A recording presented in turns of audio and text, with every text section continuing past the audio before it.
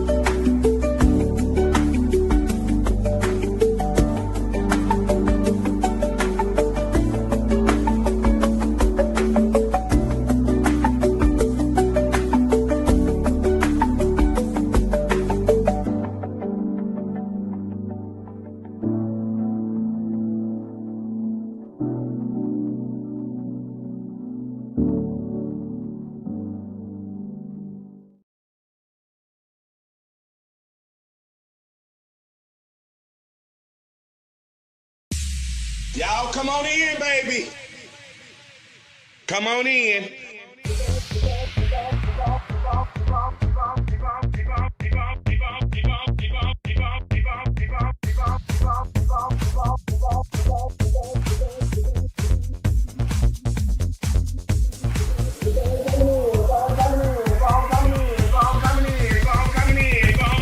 I wait for everybody to come on in. Come on in. Come on in.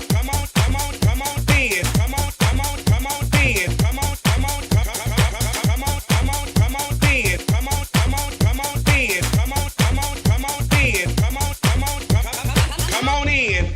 Come on in. Come on in. Y'all keep on coming in.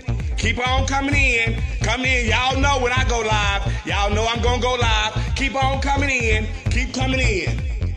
Keep on coming in. Keep on coming in. Come on in. That's right. Keep on coming in. Y'all keep on coming in. Come on in. Come on in. Come on in. Come on in. Come on in. Come on in. Come on in. Come on There's no budget here at the Boom Boom Room. See, we have no glam squad here. There's no hairstylist, no nail technician, no makeup artist, just you. This is a do-it-yourself type of gig over here, sweetie. So guess what? This will separate the little girl from the women. Now let's get to it. Y'all keep on coming in. Come on, come on, come on, in. Come on, come on, come on, in. Come on, come on, come on, in. Come on, come on, come on, come on.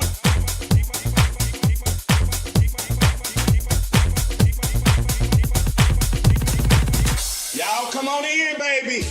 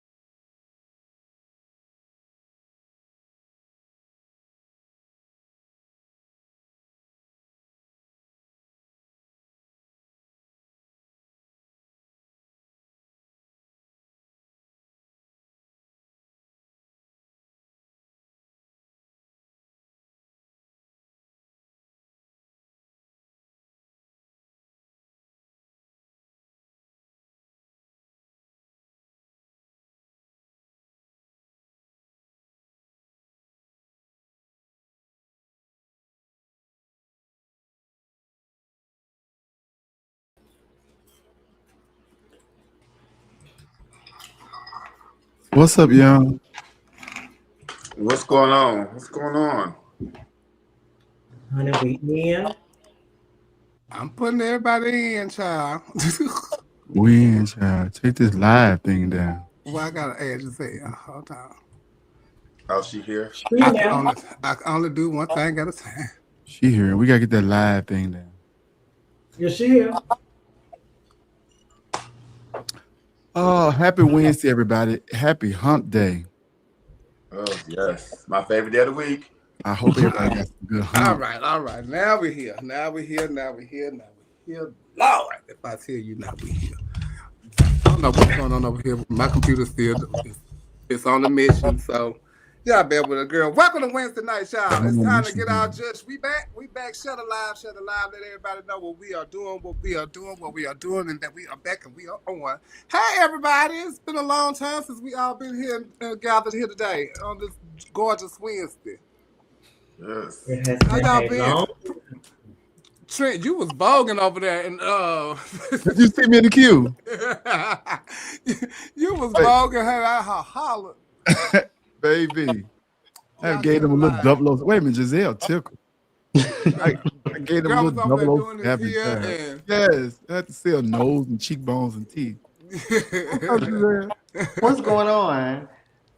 Hey everybody, y'all shut alive. Please shut alive and let everybody know that our point of view is back, because we got some things to get into, because y'all have been really cutting a motherfucking monkey since we've been gone. Y'all have been cutting up. Yes. Hey Envy, hey James, Jason, Adam Ford, what's up? Crystal. Hey everybody, hey Adam.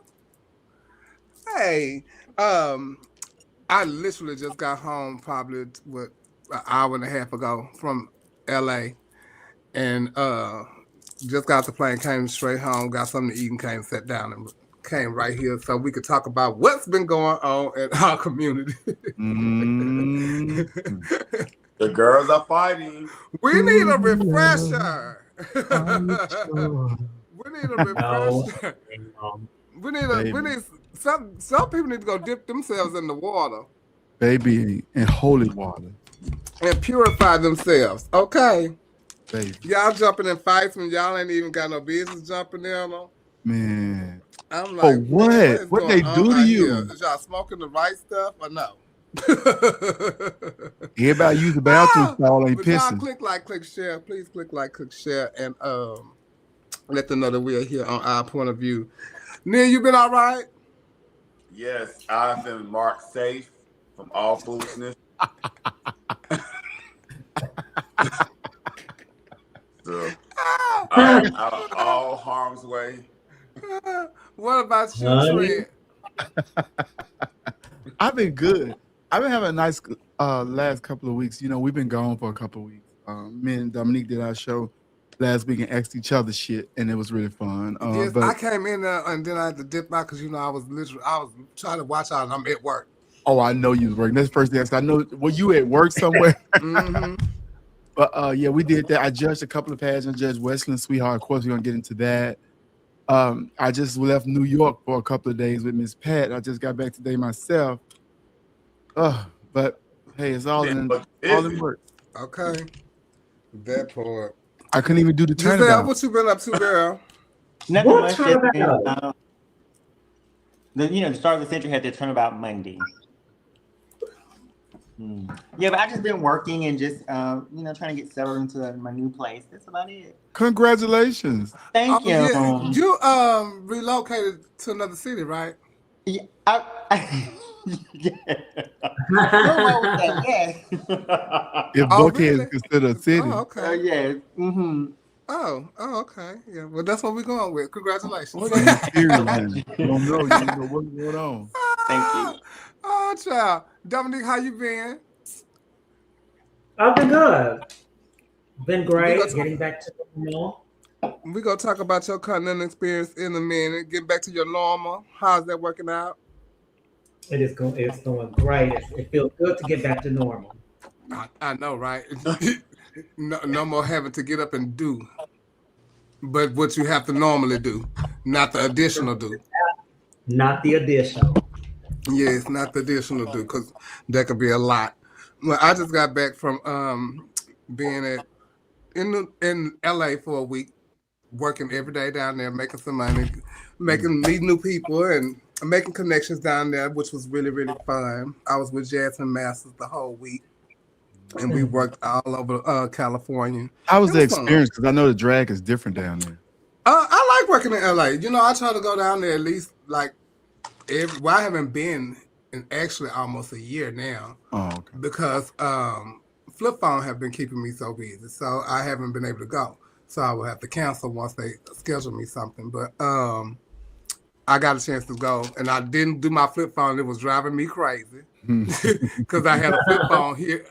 I had a Flip Phone here in Houston Sunday, and I let somebody else host it, and which was great. And I'm sitting at work, bitch, watching the show and still directing the show from there. And I'm like, Okay. Go ahead and get my check for that week. Yeah. So it was fun though. I enjoyed myself. It was really good. And I got to meet the queen. I don't know, you might know her, Giselle and Dominique, Wigs by Vanity from Australia. Mm-hmm. She's really popular hair wig stylist. But bitch, her wigs are really sickening. And got to meet her and work with her on Monday. She came in. She's in the country. Yeah. So that's what's up. But hey, everybody, I want y'all to click like, click share. It's time for us to get into it, and get into these hot topics and stuff like that. Oh shit! The kids ain't played because it has been a lot going on. The kids have kept us entertained. Yes, they really did. Yes, they really did. Hey, Corey. Hey, Demi. Let me tell you, it has kept us entertained. Am I showing anything? It is showing. Yes, it's hot topic. Y'all listen, I happen to look at my phone and do stuff at the same time so I can see what the hell is going on. I might need to move this right here so I can actually see, Chevelle Brooks. There. Because my computer's running slow. Where we at? There we go. The U.S. Secretary of State, Kristi Noem's husband, was revealed as a cross-dresser. Dominique, I didn't really follow that. And I know you and Neil like follow the politics stuff. A fucking cross dress. Yeah, child, he was dressing up and stuff and wearing titties and stuff. Child, I don't know how they found out what was going on, and they vote against this shit. They vote against it. And this motherfucker got on nipples. Just like are those fucking balloons? No, it's a breastplate, I think. Oh wait, does it have on a top? It's like a t-shirt, like a bodysuit. A new bodysuit. It's like a little top, and he got his titties in. It looks like he got a skirt on. This is what you call a faggot. Oh my god. This right here is a fag. So many of those are closeted. It's so many closeted Republicans who. Oh my God, yes. But they vote against that very thing. Well, yeah, I mean, yeah. And that's the thing. I was watching that interview with Kayla Jenner talking about her passport and shit. And she mad and talking about she talking about I'm not gonna call him. I can't even travel. Yeah, bitch, nobody believe you, no motherfucker. Take that M, bitch. They gonna travel with an M. It's affecting a lot of people. A lot of shit been affecting a lot of people. Even when you was voting for him and siding with him, it was affecting us then. That's it. But now they cornered your ass and sent their passport back, and she said she sent the papers back. I'm gonna call. She sent the papers back. They sent it right on back. M. Fuck nigga. Fuck nigga. It's an M. We said. Mm-hmm. Yeah. Go on, Emmy. I can't even travel. Baby, listen. So, child, they got a lot of people in the Republican Party that is undercover and DL or whatever you want to call it, cross dressers and all that, especially when they come to them conventions and shit. And they ugly. Well, I don't know if he was DL. I think he was just more so into he had a fetish for like boobs and stuff because he was messing with a female. But, I guess he didn't have her money that particular time and she, exposed him. But it was more so, I think he had a fetish for like her boobs and big boobs. So he kind of wanted to do it while they had That's why they call it. That's why they cross-dresser. Yeah, cross-dresser. That's what a cross-dresser is. They got cross-dressers, yeah. That's exactly what it is. When you say that bitch was trans, that bitch is a cross-dresser.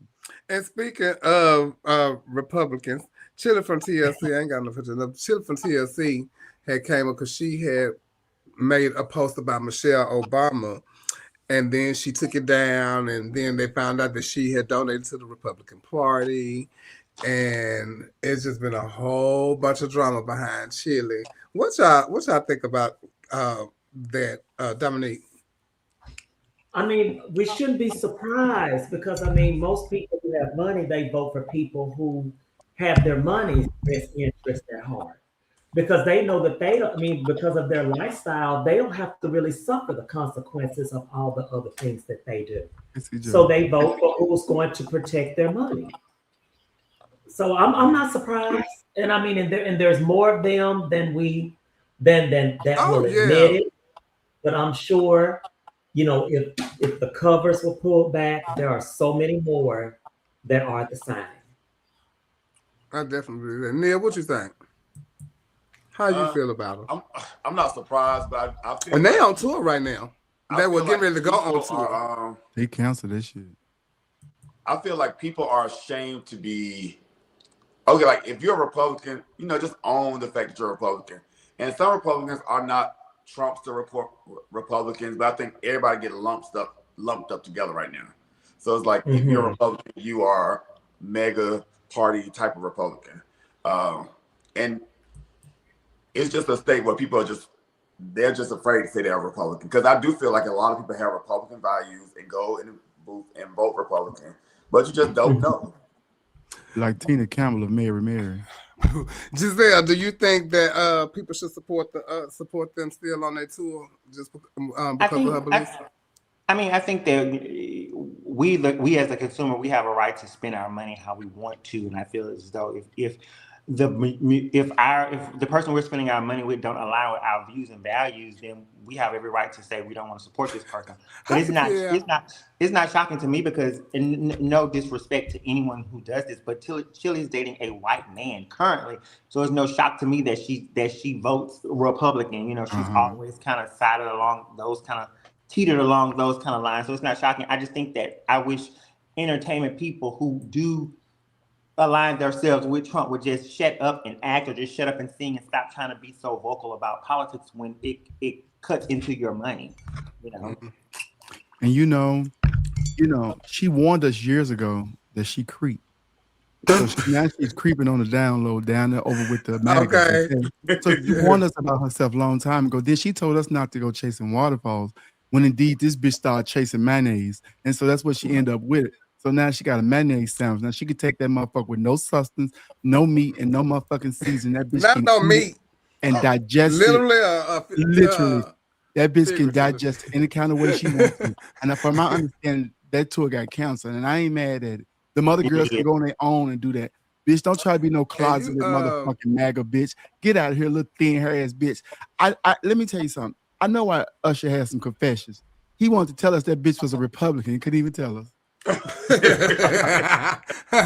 He couldn't say shit.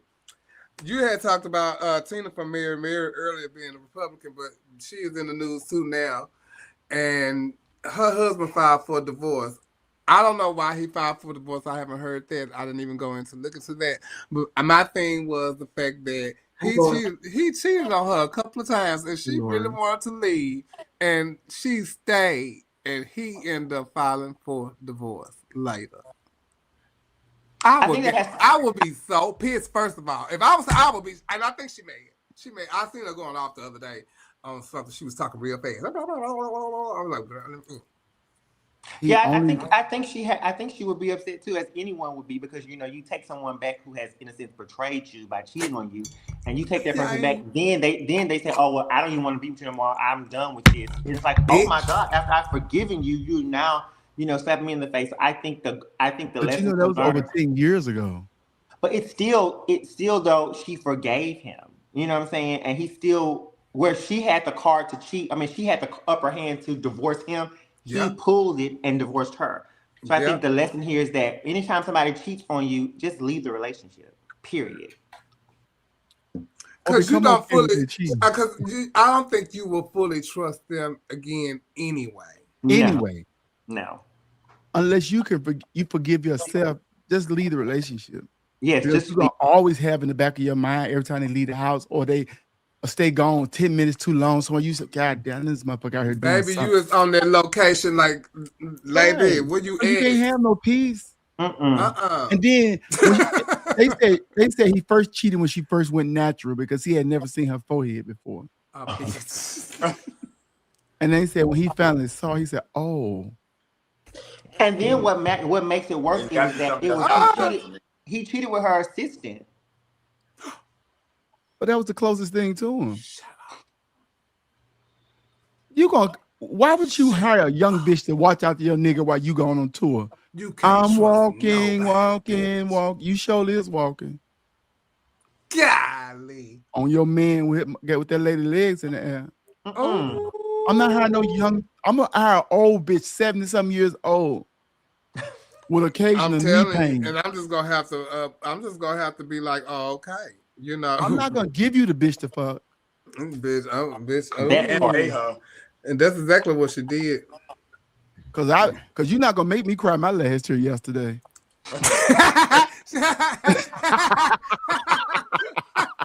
You got another one, and you keep going. Listen, keep going. He told her it's your time. Child. RuPaul Drag Race is over with the season, I guess 17, it is 18, whatever it was. And the winner is Mikey Meeks from Orlando, Florida. Congratulations to Mikey Meeks.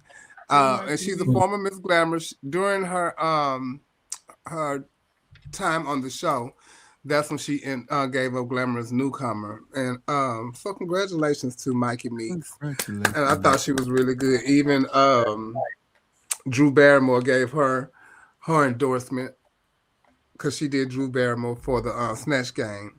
and it was really good. She was too, baby. She was good on the show.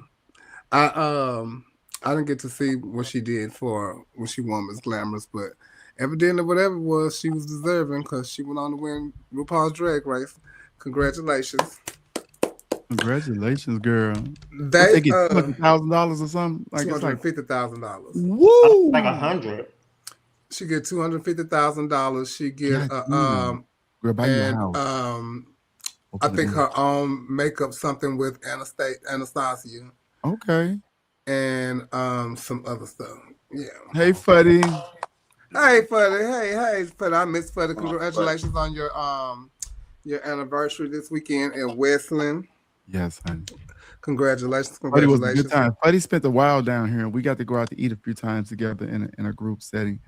Really fun times. And Nicole cooked for her and invited me over. So good. Oh, nice. So good. I had a good time. Nicole cooked y'all something very healthy. Oh, well, not healthy. It was roast cabbage, mashed potatoes. Okay, well, okay. And she wasn't gonna get y'all the salmon, and macaroni and cheese. It was really good too. The salmon and vegetables when they want to cook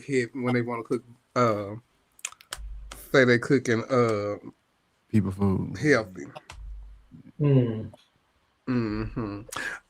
All Stars starts May 8th, and we have a couple of our girls are back on the show, and some of y'all favorites are on the show.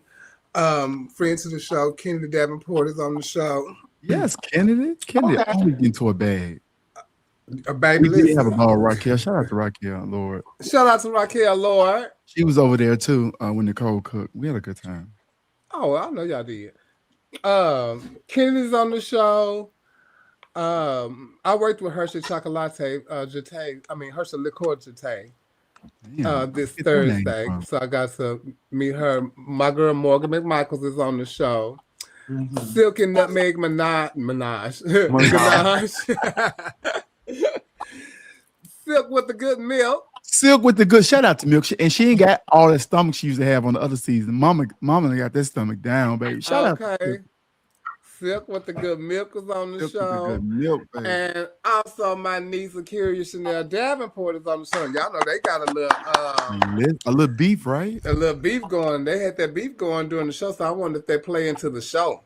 Oh my God. I love me some And also Sam Starr, former Miss Glamorous newcomer from Birmingham, Alabama, is on the show.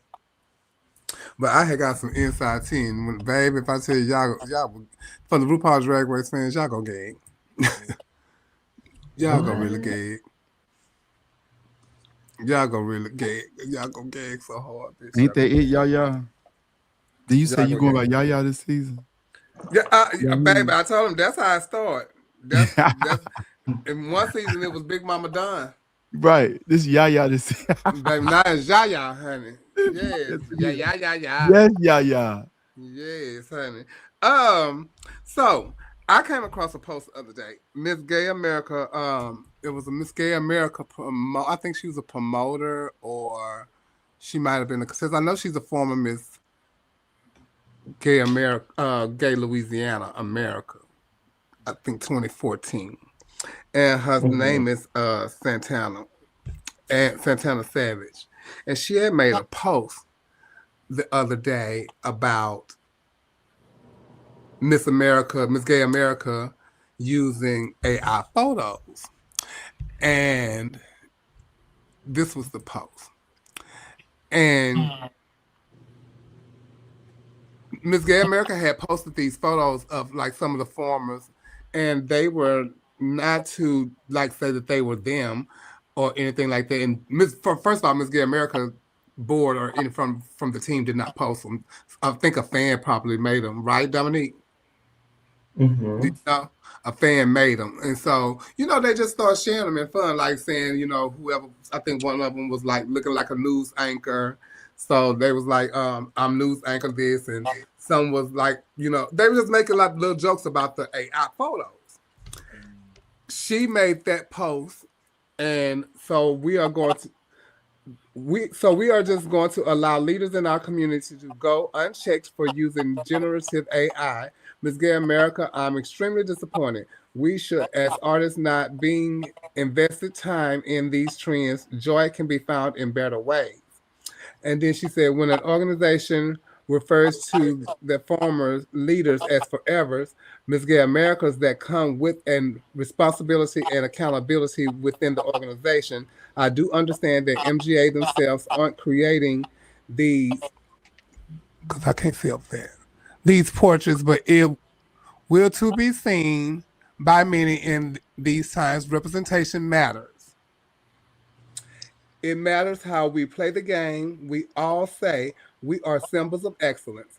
Well, here is me asking for those symbols to stand on the right side of history here.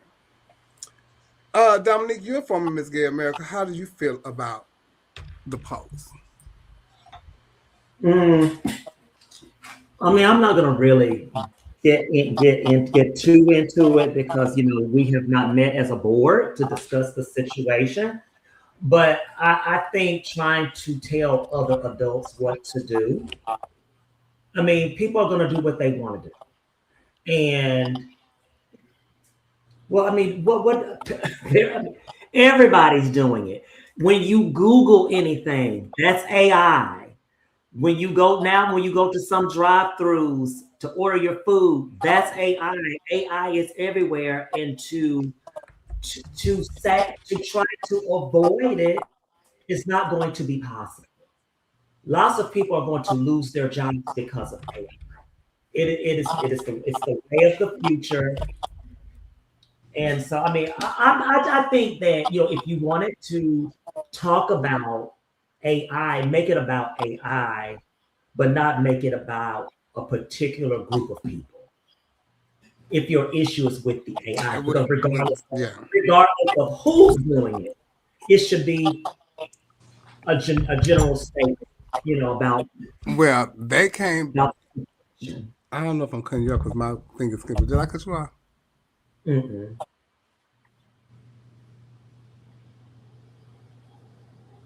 Hello. Go ahead. We hear you. Oh, okay. They end up banning her for. No, she's not. No, she is not. So she's not banned? She is not banned. Okay. I spoke to the owners today. She is not banned because before anything like that can happen, the board meets to discuss the issue at hand, right? And so that is not accurate information. Oh, that's good. I wonder who told her she was banned, though. I don't know. But the same people said Jim had messed up the score. Blacked out. Why am I blacked out? Why am I blacked out? I'm dark, but I'm not that damn dark. No, you're not. Go out and come back in, Dominique. Hold on. Something happening with you, girl. Because I know I'm over here doing the. Is it because of AI? It might be because of AI. Allen Iverson. Oh no wonder Dominique had been just froze for a minute like this. She still is. I think she left. It's just it's stuck here. Dominique, you know why the cage bird sing. Yeah, because she's not like. Let me remove that right quick. That person is very serious, whoever they are. But you know what? You can understand where they're coming from. But I think her anger is misplaced. This era, AI is very difficult, especially for creative, because it erases them in many ways, especially for artists and stuff like that.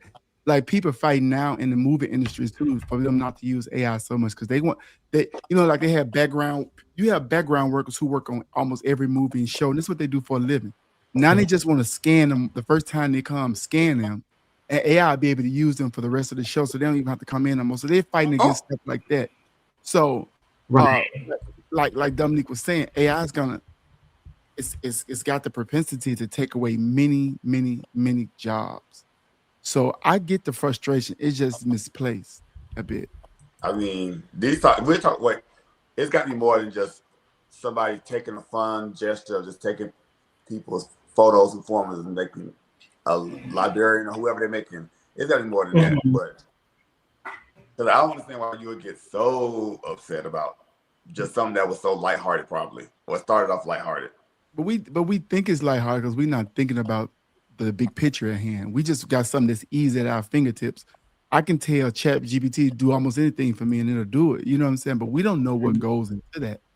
You know, we don't know. But, we don't know. But we have to think about the fact that, I mean, we knew things like this were coming.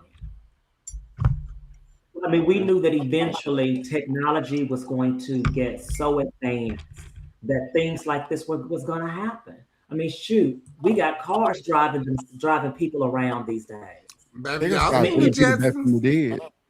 mean, you know, years ago when I went to Winn-Dixie and they just had to scan things, that it wasn't no cashier anymore.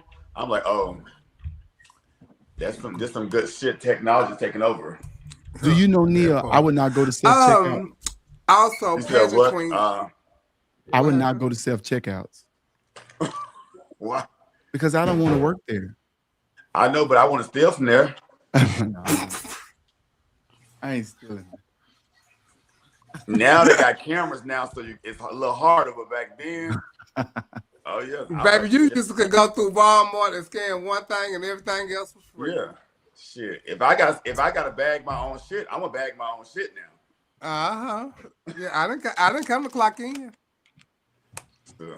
I don't think it's fair. You know, you put people out of work. We were getting real. Pageant Queens is finally out. What is Pageant Queens? The show, the competition that once again Kennedy Davenport, Kennedy Davenport, Layla LaRue, Tonica Cavalli, Joan Rivers, Joan Julian, Alexis Gabrielle Sherrington, Buffet, Aja, Shay Louise, Tatiana Beauchet, and I think that's it. Tiffany Hunter. Oh, Tiffany Hunter. I'm sorry, and Tiffany Hunter. They all compete to see, and we got a chance to watch the competition.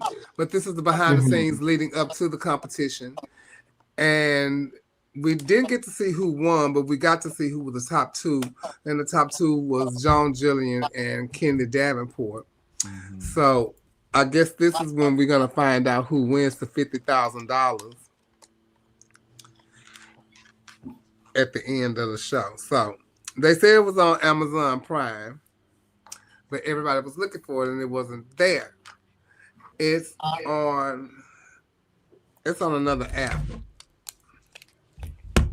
I'm sure y'all know what it is. Go put it in there. Hey, Nikki, Diamond, Simone. Baby, y'all was in a wrestling today, baby. I have not. You girls was wrestling. We're going to talk about that later, Nikki. You stick around. I better, yeah, I'm going to send you the link. Send me the link to what? I'm talking to Nikki. Oh, okay. Let me see. Nikki, y'all did some tussling starting at 5 this morning when I was getting ready to go to the airport. It is Fawsome. Fawesome. You can get the show on Fawsome. Okay. Yeah, so y'all check it out and let us know what y'all think. Miss Terry. Oh my God, Neil. Neil, Terry Williams. I was looking at that before the show started. I was on the floor. Y'all gotta watch the show and then go look at Terry Williams. What happened? You just got to watch it. Terry Williams had gave her review on the show. Oh, so y'all gotta watch the show, then go watch Terry Williams. Baby.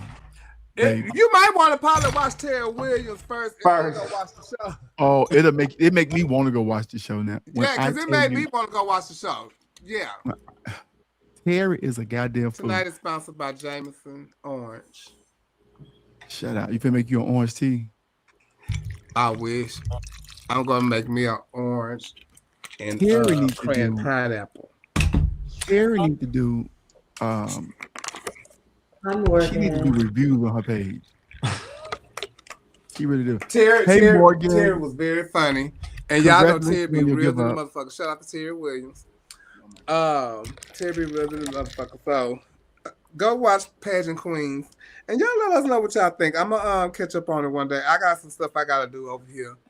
So I don't have time to really watch it right now, but I do support the guy. Hey Morgan. I do support fabulous job, sweetheart. Them and everything, but I have to watch Lord of the Rings first because I gotta work. And I haven't seen Lord of the Yes, we have Lord of the Rings drag brunch. Oh, like what in the hell is he watching that for? We gotta watch, and I gotta watch Hamilton. So, yes, Hamilton is but good. the thing about it is, Hamilton is really good. The thing about it is, so Neil, I was listening to, I had to drive to Palm Springs, so I listened to the Hamilton soundtrack. I just started smoking and I started listening to it. And it's good, and it made me. I could tell what the story is, so now I want to go and watch it. Yes. So let's say it's really good, and I like the girl who I'm gonna play, and Angelica, because I followed her when she was on One Life to Live. But we going off track. But anyway, that. Shout out to Miss International Queen Lo Colby. She ended up while we were gone. They had Miss International Queen USA over in Atlantic City, and Lo Colby is the new queen. She's from Los Angeles. And she's Sasha Colby's daughter. So shout out to Lo Colby. Oh, she won the actual contest, or she won the preliminary to. Oh, okay, gotcha. She's beautiful. Yes. Yeah, she's beautiful. And what's her name? Former Miss Continental got first runner up. Yes, shout out to Janae Darling. Shout out to you. She was gorgeous in the past. Yes, Janae was in there doing her thing, child, because she was winning categories. She won a gown and costume. Yeah. Oh, she had then they won the pageant. What she go wrong with? Question and answer, I think kind of got her together. That's okay. She still go to nationals, right? No. Oh wow. Oh, she doesn't get to go? They don't see the first runner up. No, just Lo. Have you seen the first runner up to Georgia go to the USA? What the fuck? The winner. That's gay but shit. Somebody had said that the winner and the first one. Somebody was saying that, right, Trent? Somebody told us they don't, because I asked. I misunderstood. I asked. Even if USA not real, but the USA, the Real Girl USA and America, only the winner go. Okay. That's why you can. That's why you can go back, and once you finally win the state, you have to go somewhere else. You have to go somewhere else to do another one if it's open. To go back, okay. Yeah, to go back. So will she be able to go back to the same preliminary next year? Who's Janae? Janae. Yeah. Because she didn't win. They asked me to come do it. I said, I aged out. I can't come. And slightly. Slightly, not just by the chin of your hair. Yeah, sure. I said, no, I ain't gonna Continental newcomer, Elite and Plus was what is she? Oh no, she gone. Okay, Nan's gone. Was over Easter weekend, and Sting. What is Sting? What is her last name? Ray. I've been calling her Miss Sting, but her name is Sting something. I'm so sorry. If you know in the comments, put a name in the comments. But she's part of the that Diamond family that's on drag, the Dion Diamonds, something that's on Diamond Love Diamonds on RuPaul Drag Race. So she's from down there in Florida. So congratulations to her. And also Carrie Colby from North Carolina is Miss Gay America, a former Miss Gay America. She is now Miss Continental Elite from North Carolina. Congratulations to her.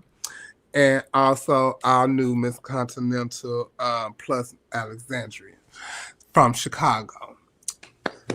So congratulations to those ladies. Sting Dion. Yes, Dion, the Dion's on Drag Race. There you go. Thank you. Shit. So, I don't know any of the newcomer girls that was in the top 5. Never heard of not a one. I'm so sorry, ladies. I have not. A name. You know, y'all supposed to be very new, and I mean, like in the last 3 years. Mm-hmm. So that you have competed. So I mean, I've been doing drag. And at Continental Elite, the pageant was very, very good. You old chicks have did y'all shit. Congratulations to you, Dominique. You look absolutely gorgeous. Yeah. You did. You look gorgeous. You look like a Barbie doll. You so beautiful. Congratulations, sister. How do you feel? I mean, I feel good. I think it was a really great competition for me. The experience, competition-wise, was good because I learned a lot about myself. I think that I really found a lot of missing pieces that I never realized that I had, and so I learned something from that adventure. I think that I found a confidence that I never really realized that I could possess, and I think I saw another side of me as an entertainer and competitor that I never really thought that I could be, and so that's the reward for me because. Even though I did want to win. I mean, I'll be very transparent. Some of my scores, I was like, I need some comments so I can understand why my scores were the way that they are. But I respect the decision. But the best part for me is that I think now I'm ready to go do some other stuff now. Now that I've realized what I can do on stage and the type of person I can be, what I was afraid to do before going to Continental Elite, I'm no longer afraid of those things anymore. So it's time for me to go get me some sportswear, go get me some presentations. It's time for me to make some moves now. Oh, good. That's beautiful. All right, girl, that's good. Yeah, so now you thinking about doing Miss Peach State? Well, no, I don't know about that. I don't know about that, but there are some pageants that I've always wanted to participate in. Yes. And now I think I'm ready now. I think I'm ready now. Like Tevin Campbell. Essence. Huh? Miss No, the ones. Okay, no, I'm thinking more MBU, MBA. Juvenile. Had I thought about the fact that I didn't need a swimsuit, that I didn't need a sportswear, I would have came and did Sweetheart this past weekend. Yeah. Because I had everything that I needed, but I forgot I didn't need a sportswear. Because you could do sportswear or swimsuit. Yeah, so but everything happens in due time. So yeah, but hey, listen. Be looking for me because I'm about to be out in those competitive streets. I'm trying to you better be in them streets, girl. I'm trying to get her to do NBA with me. You still retired? Huh? As far as shows go, I'm talking about Giselle. Yes, I am. Giselle. Still retired. Yeah, I'm still retired. I'm in retirement. Girl, please. Girl, listen, my laptop fell over, girl. Like you got 30 years under your motherfucking belt and 15 national motherfucking but I really enjoy all around the motherfucking country. Retirement, you ain't done a goddamn thing. Talking about no. I have done a lot. I've done a lot. I've accomplished a lot of stuff. I've won a lot. Retirement, you just got fucking started. I won a lot of things. Retirement, you still got some shit to prove. Retirement. Yes. Girl, you're taking a break. It's a difference. Okay. I call it Jay-Z retirement. Yes, maybe so. Yeah. How about it's a Jay-Z retirement. You can come back. Yes. That's what you call it, Jay-Z retirement. Because I'll be on the Jay-Z retirement. No, it's just I just don't I think for me I kind of lost like a passion for it, competing. So I don't want to, and I think for me also, I don't want to win a title and be a horrible queen. But hey, of course, I've already done that. Well, I don't want to continue. I don't want to continue being a horrible queen. So how about I just take a step back and just say I'm gonna, until I get the passion back, then I'll come back to it. But I don't want to. have. Yeah, but if you ain't got the passion for it, don't do it. Yeah, don't do it. You It's know, not retirement, girl. no, child, don't do it if you ain't got the passion for it. One And motherfucker it might be a probably gonna retirement pay. because you never know. She might not never get it back. No, Girl, she don't want one closet ball pass. Talking about retirement. Oh shit. Oh my goodness. You just get ready for NBA next year. And I am doing it. Yeah, well, get ready. And I am. Okay. We When gonna I see win you on my tomorrow. first try. He's do supposed not to be be making jealous. a final decision this week. He's supposed to make a final Wait, decision. are this y'all week. serious? Yes, girl. I'm doing me one last fetch. Child, you had said that on the show a couple weeks ago. No, I'm so serious. What? I'm so serious. Well, I can't paint you. Thank you so much. Thank you. She can make your sports Y'all wear. some dirty bitches. No, thank you. You know she's sold, child. What do you mean? Brent is not about to wait to the morning before to get sportswear. Please, the Oh my morning before. God. That's being nice. The category At the before. pageant, before the category. Like JB waiting on Savannah at Universe, baby, standing in line with panties and bras on. Oh Ooh. my God. Child, so listen, Continental Plus. We all had like my friends and us had viewing parties for the Continental weekend period. I was at work for the most part, but I went to the final night of Continental Plus over at a friend, Jerry and them house, him and his husband Monterio. So shout out to them. They friends to the show. They probably watching right now. So I went over there. They cooked and stuff. We had a good time. And they had asked me, we was judging as we was going along with our invisible score sheets. And so we were calling out like the categories and like who they thought. And I was like, okay, well, I think Mama in the blue and yellow, I think that was lovely. So I think she's going to win swimsuit. But, you never know because Mama would put her swimsuit back on. Who won swimsuit? If she don't, she'll get second. Who won? The winner. Oh, okay. I think the winner did. I think the winner did. And then after talent, it was like we was going crazy now with these talents. It was so funny. And we enjoyed a lot of people, and they was like, who do you think won talent at the end? And I said, I think Lady Gaga finna win talent. And y'all don't know. Like at Continental, if you sing, you either gonna win talent I or said side that. with somebody that did something that should have won talent by themselves. Yes. And if they win talent, the singer gonna be second. Yeah. So there you have it with Ada and Lady Gaga. And then for evening gown, her evening gown wasn't one of my favorites, but it looked nice on her. Mm-hmm. It fit. It was pretty. To me, it looked like when Christina and them first started doing dresses. Yeah. It did have an old schoolness about it. Yes. And when they was getting like stretch fabric stuff done. Yeah. That's what it looked like. But it looks pretty on her. It's pretty. It really, and it fit her and complimented her really well. Yeah, remember, Continental, they don't judge gown like other pageants judge gown. They just don't. And so, I was like, oh, okay, well, child, then the question answer came, I said, y'all finna fuck around and mistake for the win the I did. I wanted my niece Bubbles to win. That's who I really wanted to win. Ooh. I wanted Bubbles to win so bad. And Bubbles looked beautiful for game. Oh my God. BJ had snatched her to the land of the irrebuke, baby. Baby, Bubbles had, and what I liked Bubbles. If anybody have been following Continental Plus, it seemed like her package was a homage to the Plus girls. To me, because like her swimsuit and evening gown, that was Coco. And the talent was mine.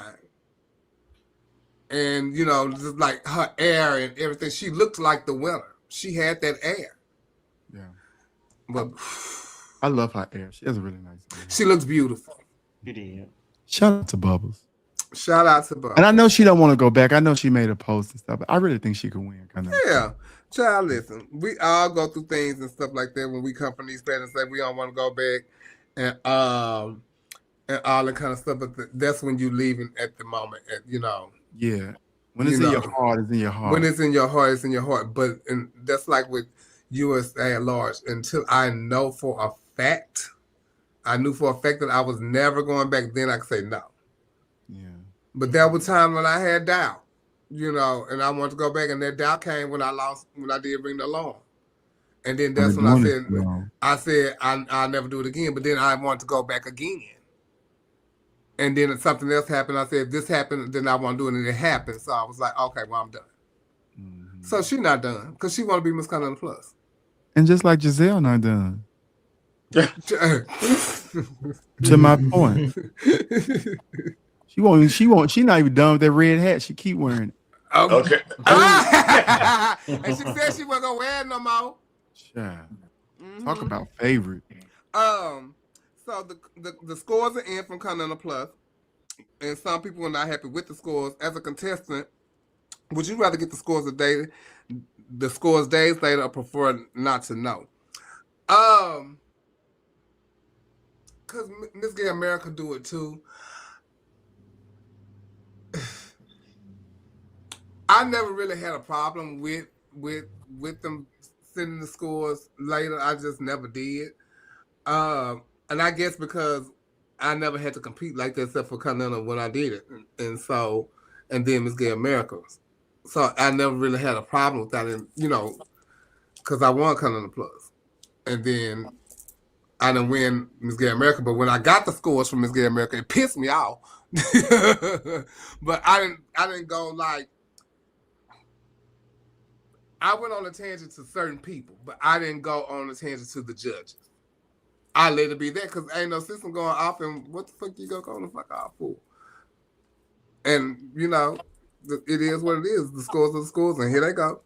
We at the house. You know, ain't nothing we can do about it now. Yeah, I agree with you. I don't even need the scores. Period. Like, after we get home, once you've determined the winner, this is the winner. Me looking at the scores or going through it with a fine-tooth comb, it's not going to change the outcome. So I don't need the scores. What you call that night, let that be. And if I decide to come back next year, or if I feel like I watch the tape and learn from it, then fine. But I don't need the scores. Because at the end of the day, if y'all send them to the end, y'all could have finagled them to figure how you want them to be. So, you know. And then what it does, it kind of gives you like it also heightens the competition, because now you're well, this person had this point and this person is for what? It's not going to change the outcome. Just let it be, you know. I feel like but if you're a numbers person and you like to think analytically, those type of people like numbers. Especially if they want to use something again, you kind of want to know where you score with it. Should I use it again, or if I need to? But my belief is this: if you're going to put, now maybe not the individual scores. Am I breaking up, y'all? I'm sorry if I am. I may go back out again. Okay, I think that. At the bare minimum, post the master scores. If you don't want to show the individual scores, that's fine right away. But show the tabulations of the final results. Those should be available that night. That's one. Two, and Trent, I talked about this last week. Tabulations of the final results. Those should be available. Am I repeating? Okay. That was me. Okay.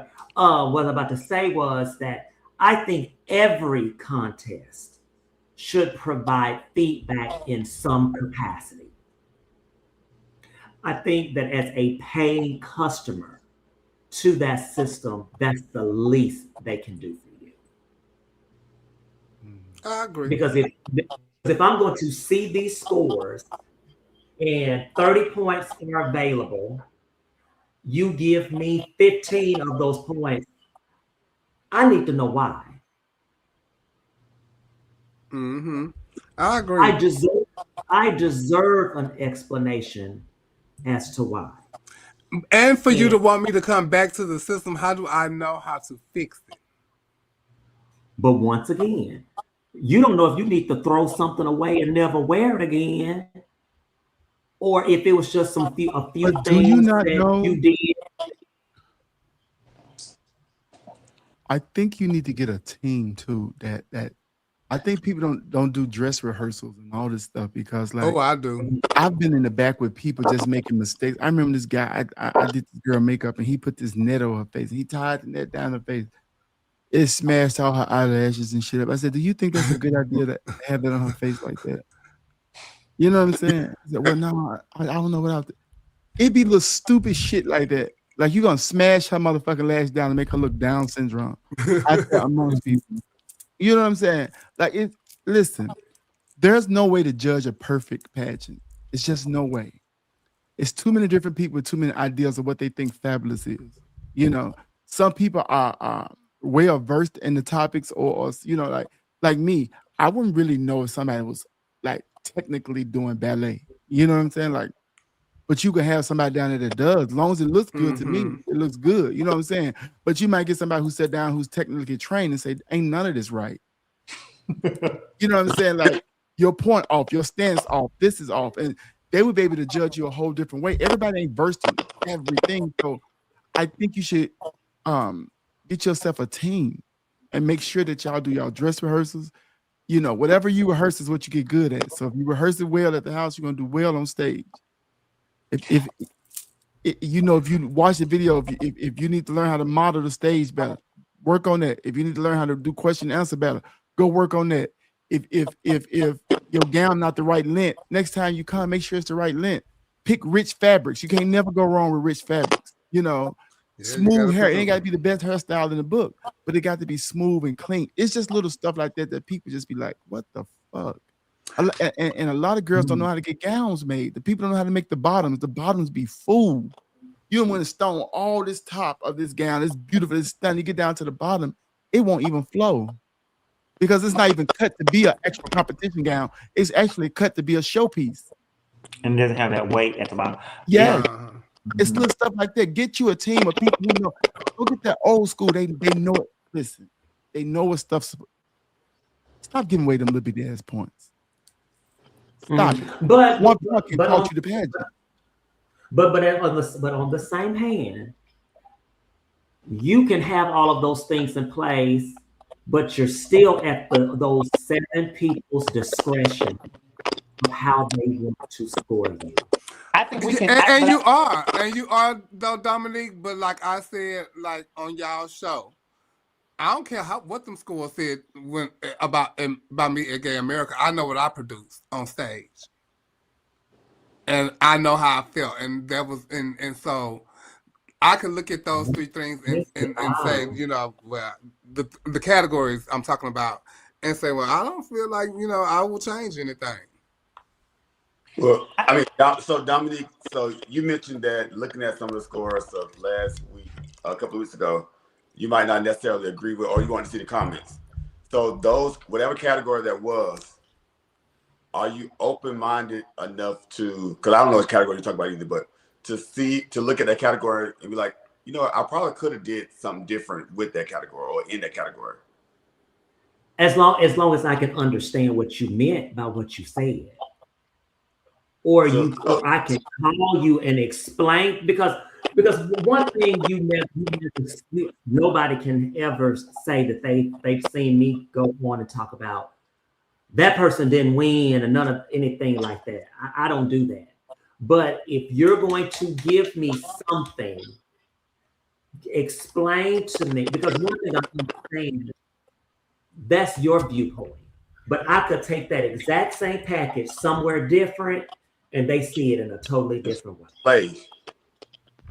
I think what Nick, go ahead, I'm sorry. So do you feel like at the end of the day, I mean, I just feel like kind of as a contestant, when you you've come to peace with the results. And then a couple of weeks later, when you get the results, the scores, now it's like opening up a wound that you've already kind of come to peace with. And then you relive the moment or look at things, but you just like, okay, I don't agree with this, I agree with this, I don't agree with this. Yeah. But for me, if I've made peace with it, that means I'm open. That means I'm open to the conversation. Now, don't talk to me right after, because there's no telling what may come out of my mouth.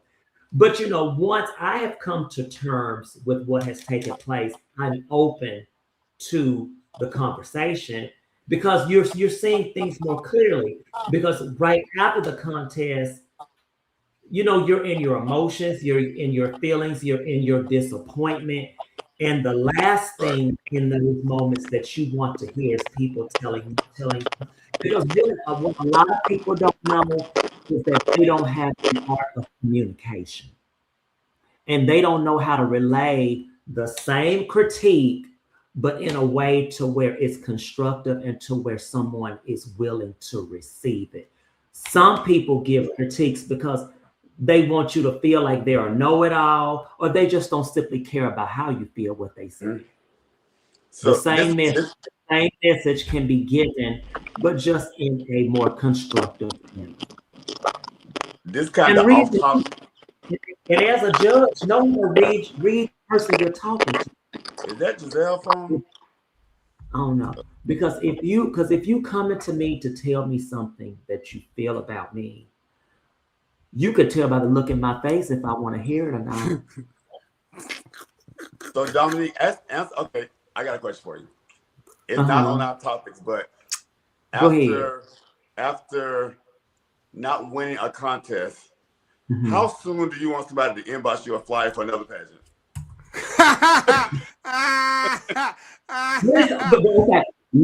Okay, so the way that I felt, regardless of the results, Trent can tell you, regardless of the results, after that pageant, baby, I was ready to go. I was like, bitch, I got something here. I'm much better than I thought I was.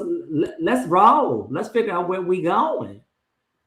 Because there's multiple rewards, because I mentioned this to Trent last week that maybe the purpose of me going to Continental was not necessarily for me to win, but for me to find myself in a way that I had never done. And maybe my mission is somewhere else. But it was just the path and the destination that I had to stop at for that moment to prepare me for whatever that next. Dominic, you're not in an interview. We can't give you a score. I'm just smart, bitch. Don't fuck with me. I'm just saying, because what Dominique. Okay, so Dominique said on one flip, because I be hearing, or not really hearing, but seeing people post, "Damn, I just lost the pageant. Don't be inboxing me flyers already." So, it just depends on the girl, though. But I think, when they do that too, that means they saw something in you and they think, it ain't just because you lost the pageant. It was, you have a good package that they think that you can come and do this package and win. Baxter want to send y'all somewhere every week and y'all go. Y'all in the comments talking about Baxter, where you gonna send me? Where you sending me? Like, Baxter, send me somewhere. Oh, he must got flight benefits. I don't know. Where he sending folks? He be sending them though. Girl, he be sending them. Do you remember? I live. Where you gonna send me? Where you gonna send me? Hey, Sean. Listen. You better send the kids. We often hear the phrase Continental Pageant ran through the pageant in 3 hours, or they don't jump on stage in Chicago, or Jim don't play that. Why do you think people feel the need to compare pageants to Continental? Because they think Continental is the epitome of pageantry.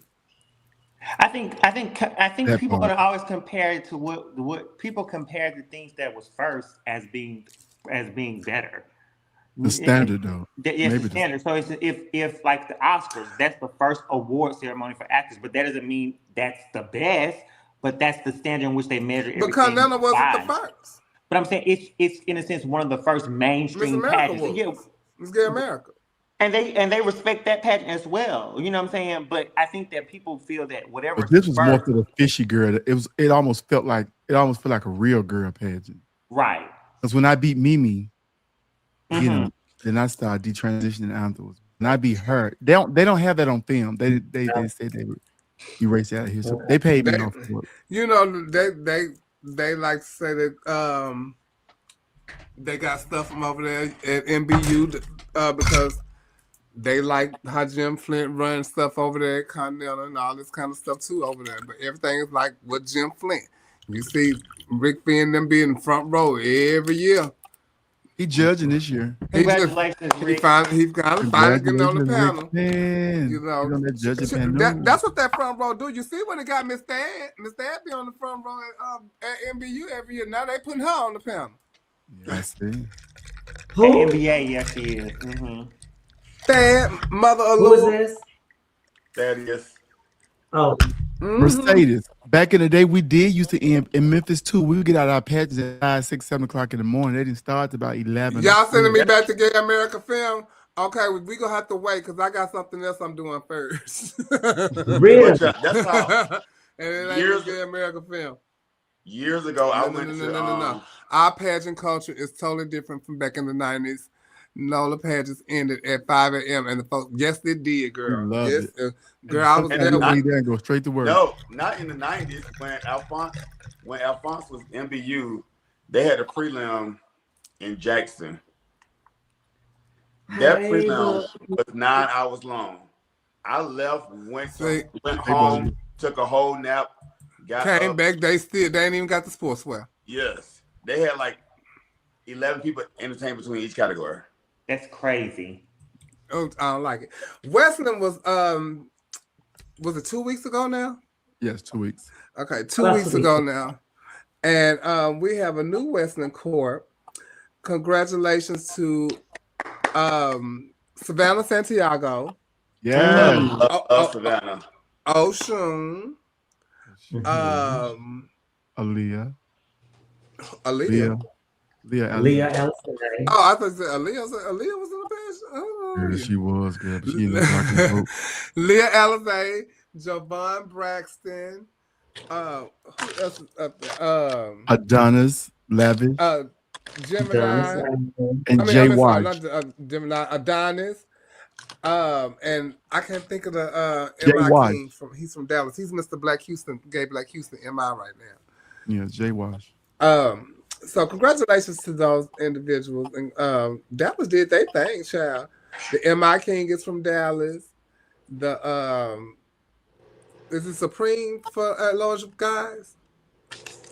No, Emperor. The Emperor is from Dallas, and the Queen is from Dallas. Yeah, okay, Dallas.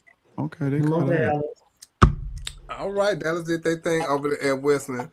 And the girls was in the pageant, child. That was a great competition. That was a really great. Did you judge Westland? I judged the film MI, the Mr. Miss, and the Empress and stuff. I judged the whole weekend. But I was so fucking. I hadn't been that entertained in a while, especially by the film girls. They cut up so bad. It was just talent after talent after talent after talent. Oh, you know who I loved? Ooh. The little short one. What's her name? Oh, Sarah Shea. Oh my God. Oh, Miss Thang. If I tell you I love she gave it to me all night long. I love she's a sweetheart too. She's from St. Louis. Oshun is the girl. That's how you say Oshun? Oshun. She was great too. She's the one that sung, right? She sung live. Her voice is beautiful. Yes. So I was like, oh, did Sarah Shea, did she get first? She got first. She would have won. She won every category, but question and answer. I knew that's what it had to be because I had to go to work, so I couldn't. She messed up. If I tell you, I love that little lady. Oh my God! I said, you that bitch. You know, forgive my French. You that bitch. They put on such a attitude, honey. Kamani Braxton. She did a talent where she brought out her son. He has Down syndrome. Oh yes. Oh my God! She had us crying. It was just good talent after good talent after good talent, and the plus girls and the plus, but they just. Listen, I was thoroughly entertained. That was a really good patch. Really good patch. I'm really proud of Leah. I'm so happy for Leah. Leah been trying to get her foot in the door for a very long time. Very long. So shout out to Leah. She looks really, really she looked good. She was entertaining too. She said, "Why you ain't hold my mic for me?" Because she was getting the judge's mic. And I just was sitting there looking like this. You wouldn't take the mic. I wouldn't take the mic. Okay. I probably even realized she was trying to give it to me, and then she went on down to the end and gave somebody the mic and stuff. But she still did really, really good in that talent. And Dariah, she was beautiful. That they had painted that girl. Oh my God, this young baby that just stepped up not too long ago. Listen, she was on it too, baby. They was on each other's ass. They're so good. It was just such a good weekend in pageant. It really was. So proud of Savannah Santiago. She's been trying forever. Another one. She's been coming back and forth to Atlanta with the span of the last 20-something years, and she'll get so close, and then she stopped doing pageants for a while, and she just came back. And to see her finally win was such a beautiful moment. They were pushing people out the way, literally, to take pictures. You know. Literally. I mean, when I tell you pushing hard. Literally. They were literally.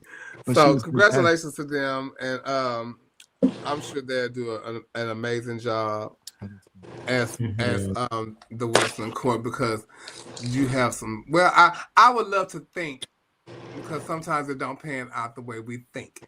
When somebody finally wins something, how they will get in there and get to going, and you expect them to be this way, and it don't turn out that way. So good luck to you all, and I hope that you looking for a great year. You have a great year, and I hope that you have a great reign. There was so many fights and stuff after Western. It was a fight in the hall, and in the lobby with some ballroom kids. Yes. It wasn't a fight, but it was Rashawn pushed the child off the stage because he was trying to go up there and congratulate his mama and stuff like that. They had gave him the Randy Rochelle from Black University. I'm so glad that they didn't push Randy off the stage like that, because Randy probably would have broke something. So, but they, like, Rashawn literally, like, with his whole might, and took his hat off. Was it really that serious, y'all? Like, you could just walk up to him back. He let that sunroof back, baby. It was on. Do you hear me? Excellent. I'm telling you, man. He said somebody better get him. It's not that serious. You could have walked up to him and said, no, this is not the time, or whatever. Wait a minute. You do not have to push with every bit of your being. But they said it's what he said to him that made him feel that way. I'm gonna give the benefit of the doubt to. Well, I don't know about the benefit of the doubt, but I can see. You drank. You had a pageant. You drank. You having fun. You drank and get tipsy. Your mama win the pageant. Who y'all have been waiting for this moment for years. Years. Yeah. So of course I'm tipsy. I've been in this pageant for how we've been here all night, and so now I'm excited as hell. I'm excited as hell. So I don't think it was that serious, but I can see why the person went on stage, because they were just excited. But I don't think it was. I can see if somebody went on stage to hit you or something malicious, but just to hug somebody, yeah, he didn't mean no harm, and like I said, he could have just walked up. He could walked up and said, "No, you can, like, golly, this baby." Jay-Z. He didn't jump up there for Janet Jackson. Jay-Z didn't even push Lil Mama when she came on stage. Hello. Like, come on now. I think Rashad tried to have some restraint per se in the beginning. It's like, but then I think the individual said something to Rashad that was offensive, and then that caused. He had just jumped. Well, from the video, it looked like he had just jumped up there, and Rashad came from nowhere. Well, y'all seen it when it had already happened. At first, when he first went on stage, Rashad took him and threw him back some. And he walked back up to him to confront him. Was like, "Hey, don't put your hands on me," like the type thing. So whatever he said to Rashad, they said on back there, Rashad said, he said, "You ain't nothing but a girl anyway," and that pissed him off and made him push him, right? But however, Rashad did apologize too. Yeah, he did apologize. He said he was wrong. You also can be, he was those limits too, so. Which was big. But it's good when you acknowledge because Because he did it publicly. everybody make their mistakes, but it's good to acknowledge that, okay, I fucked up this time, my bad, blah blah, and you move on. And it's up to you to accept the apology or not. But I just want to say, get it off my chest. I apologize. It was my fault. I shouldn't have did that. And blah blah. Well, I don't know, but the child went on to the club and then got beat up by 7. Ain't that the night 7? Yeah, that was the next night. Yeah, like that was crazy. And I mean, that's my little friend too. Shout out to Marcel. Marcel is from New Orleans, and you know people from New Orleans ain't scared of a shit ass thing. Do you hear me? Nope. But they did tell Marcel, you can't act like that. You from New Orleans and you ain't got no hands. They did make that post. I saw that. But listen, he don't give a fuck. If it needs to go down, it's gonna go down. Do you hear me? And I'm either get whooped or not. One of the two. He don't give a fuck. He got to fight, and that man trampled over him at that show. He left that show and went to the next show. Yeah, he left that show and said, "Bitch, I'm not missing the Stars of the Century anniversary show." Is not. Okay, because he knew I was gonna turn the show. I gotta get there. Anyway. Oh, child, listen. We need to treat each other. But do y'all ever think there's a time when you think the staff should put their hands on a patron? Never. I mean, if you're at a bouncer, maybe at a club or something like that. But I think to me, I don't go out because I don't like to deal. I don't like to be around people who drink. I don't drink, so I don't go out to club for fun. But I also think that if you're in an atmosphere, if you're not the one, if you're sober and you're interacting with someone who's drunk, there has to be a level of maturity to know that this person is not in their right mind. So I'm going to step back. I'm going to restrain myself because this person is clearly not. They're clearly inebriated or high or intoxicated. So me fighting this person, I'm not going to get anything by this. That's it. You know what I'm saying? And I think that we're missing. Would be that mature.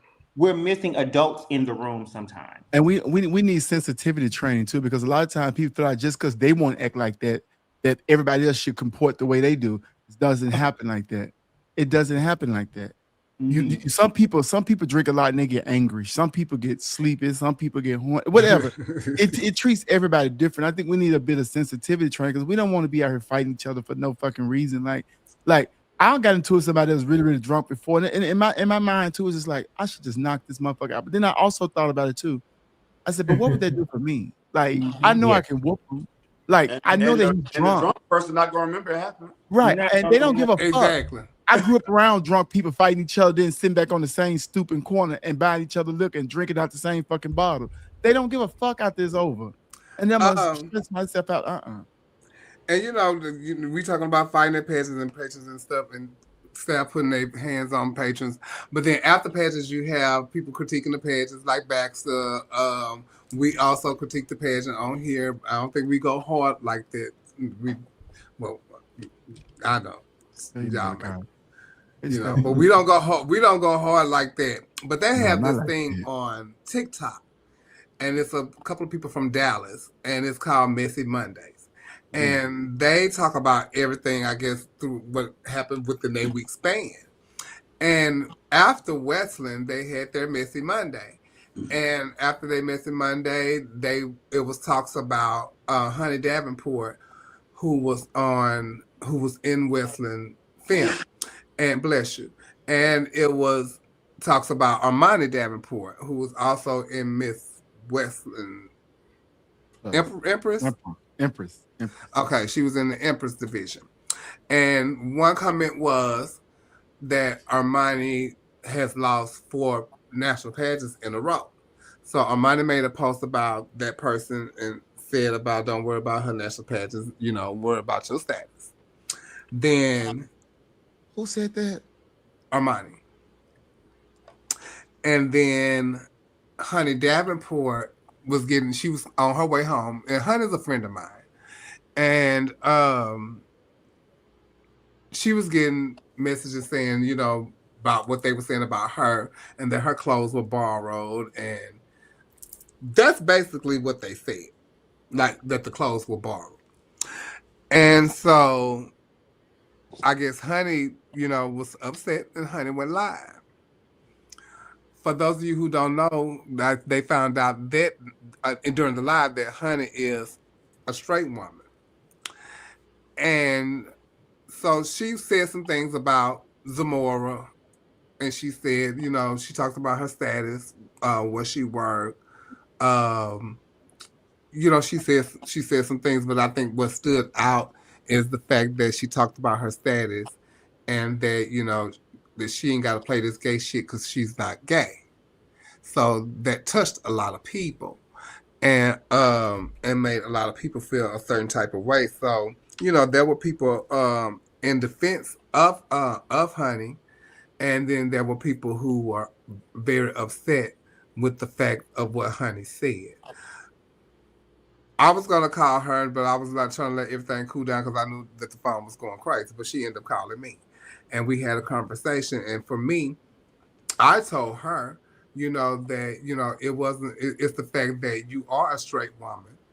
And the fact that when we do accept you into our circle, that's the first thing y'all want. If as a trans woman, that's the first thing y'all want to say is you're a man, or if you know something about the status, you go to the status, and it's just not just as a trans person, that's as a gay person.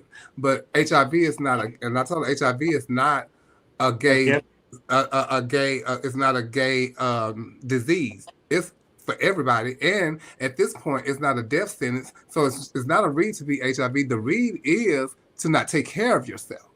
That's what the read is. But you went there. You know, she said, well, sisters, everybody know her status. I said, I didn't. And she talk about it all the time. I don't care. I don't follow her like that. So I don't know. So you put that out there for other people to see. She said, and she said herself, she said, I was wrong. I know I was wrong. I said, and you were wrong. And so when you say that, you touch a lot of people. And then she went to saying, you know, that this person did this, and I'm not here to tell her story or anything like that, how she felt about it. But I did speak my piece to my piece to her and tell her how I felt about it, and you know, and how it touched a lot of people. And I used Yaheem for example. I say when Yaheem made the statement about you trans women, you grouped us all together. You know, so no, talk to who you're talking to. But HIV and calling somebody's status out, that's very wrong. And then you just say, I'm not this gay thing, and I don't this gay shit, and you know, it was a lot being said. And I said all of this because she said you borrowed. I say, but I didn't, since I didn't borrow. I say, technically you did. Renting is borrowing. You just paying for it and you bringing it back. But it's okay. It ain't no read.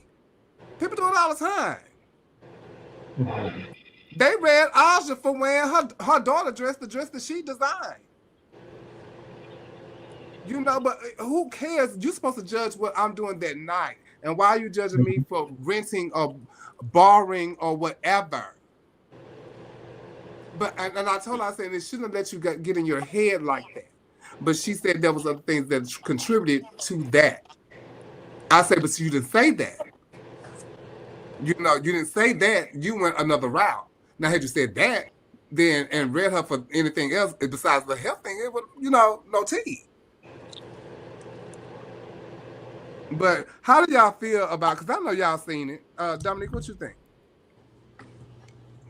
about the talk about somebody's status? Yes.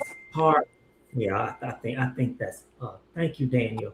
I think that's off limits. And you know, mostly because of the stigma that even with all the treatment that's out there, there's still a major stigma against people who are HIV positive, and so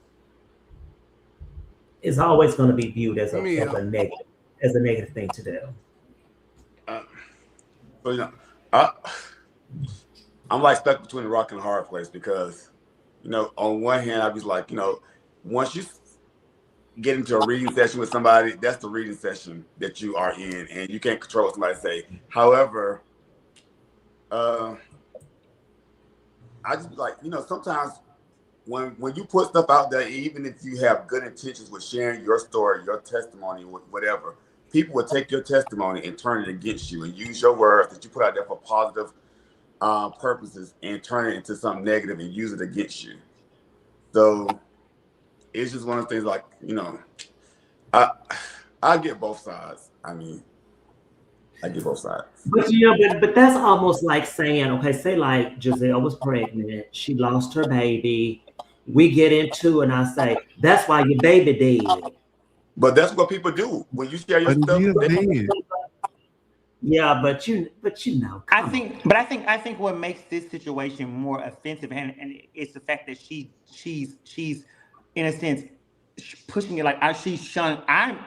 You have your worry about your status, and on top of your status, I'm not even a part of this community any fucking way. So you and your status, y'all can stay over there with that. It made it worse. Had she been a part of the community and said something about her status, we probably wouldn't pay. You know, we would probably be upset. But the fact that you're now saying, I'm a straight woman and you have this, so please go over. It almost made it sound like she was better than, and it came across like that. Right. So that's the point to me. That's the bigger issue, because I see two Bush Queens arguing all the time. Two Bush Queens say that all the time. All the time, like, girl, whatever. Yeah. But it's the issue of you throwing out, I'm a heterosexual woman. So it's like, now you're it comes from a judgmental place. So like, to me, that's more shocking, because we hear people all the time talk about each other's status when they get into it. So that's not shocking or news to me. No, that's not shocking at all. So and that's why I said Armani made her post about what they said about her. But nobody said anything about Armani saying that to that person. Right. Because they're in the community. But then you went on this live and said this, and then and made it, I'm not a part of this community. I don't have to play this gay shit. And you know, and I would do this da. You don't know. But in actuality, she is a part of this community. Now you're threatening. She is a part of this community in actuality. She may not per se go with a woman, but she do everything that we do in this community as her thing too. So if she feel like she's not a part of the community, then she is, because those pageants she just did, that was a part of our community. When she helped her mom get ready for pageants and stuff, that's a part of our community. When you online supporting her boutique, that boutique derives from our community, you know. So she is a part of the community. Who you lay down with is sexual, you know, but you still a part of the community. Yeah. Listen, I'm like Neil too. I share in that sentiment. Like, when you reading with me, you cannot police me on what I got to say to you, because the object of reading is to make you feel as low as you made me feel. And you may look at what she said to her and say, oh, that wasn't that bad though, but you don't know how that made her feel. You get what I'm saying? When we get on these platforms and we open our mouth about people, we got to be able to take to whatever come back to us, because we are giving our unsolicited advice and opinions to what we think they should be doing in their lives and what's happening to their lives. So if we can do that, when they snap back, then don't be mad. You got to put your reading socks on, or your reading shoes, your reading hats. Listen, we're fighting right now. When somebody comes smack the shit out of you, right? And you get to fighting with them, you're not gonna whoop their ass like you could, because they only smacked you. Why you beating her ass like that? You don't know what you provoked from that smack. So now when they all over your motherfucking ass, you can't tell them you whooped me too hard for that little smack. No. No, bitch, we're fighting. People fight with words. But I mean that is true. Your point is very valid. However, I think the issue is that it affected the community because she made it on a live. So therefore, because they take everything so fucking personal. That's her fight with that girl. But again, she don't feel that way, because here's the thing: she's around people with HIV all the time. Yeah. So that ain't really no read. You know what I'm saying? Some of her loved ones are infected or affected with HIV. You know what I'm saying? That shit. Listen. Diabetes worse than fucking HIV. You sticking yourself every motherfucking day. Your sugar going up, is going down. You passing out, coming back through. Baby, you take one day with HIV, Big Harvey, or you go get a shot in your ass once every fucking 3 months, and you good. Here's the thing: we got to take the power off this stuff. That wasn't even our fight.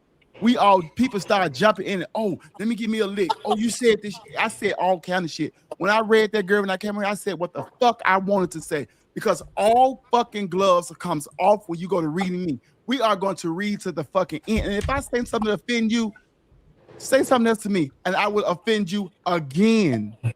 Because I'm fighting with my words. But it doesn't make it right though. I didn't say it made it right. I didn't say it made it right. What I said is that's what's happening. When somebody, is it right that we invaded Iran? Is it right? And when people, when you're reading with somebody, you're not trying to be right. But I'm saying that's a fight though. Those people still got to strap up and fight back. They can't say, well, they got more. We so can't. I'm gonna give you an example. If let's say you witness your white coworker get into it with your black coworker, and they say, "You stupid nigger bitch," are you still gonna hang around that white coworker? Listen, I don't even have and I haven't had that experience, right? But I haven't had that experience. Let me tell you something for me, Giselle. Let me tell you something for me. Nigga don't move me like that. No, me neither. Nigga don't move me like that. If you think I'm finna get out here and fight for the same exact thing my people fight for, but that's their ignorance.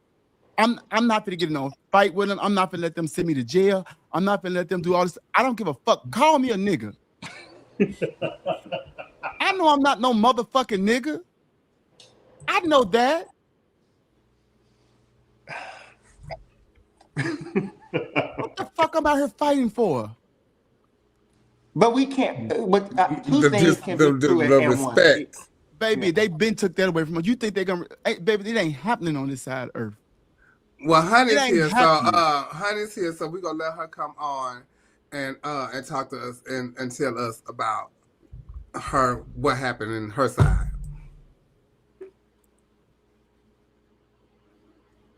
Y'all let me know what she in because I can't see. Yeah. Hey, hello? Honey. Hey, honey. Welcome to Our Point of View for the first time. Thank you. Ooh, I wish you had told me I could have got cute, but hey, I'm here. What's up? Hi. Hello. Okay, I can't see it. Ain't connecting on my end, so y'all gotta move along. Help me move along. All right. Yeah. So we want to get your side. So everybody, I don't know. I didn't watch it. I don't know, but I know they had gave you a new name after you got off. But they say your name is Honey Strictly Dickland Davenport. So let me try to shed some insight on what happened. I had a wonderful time at the pageant with the ladies. We had a great sisterhood in the back, wonderful thing.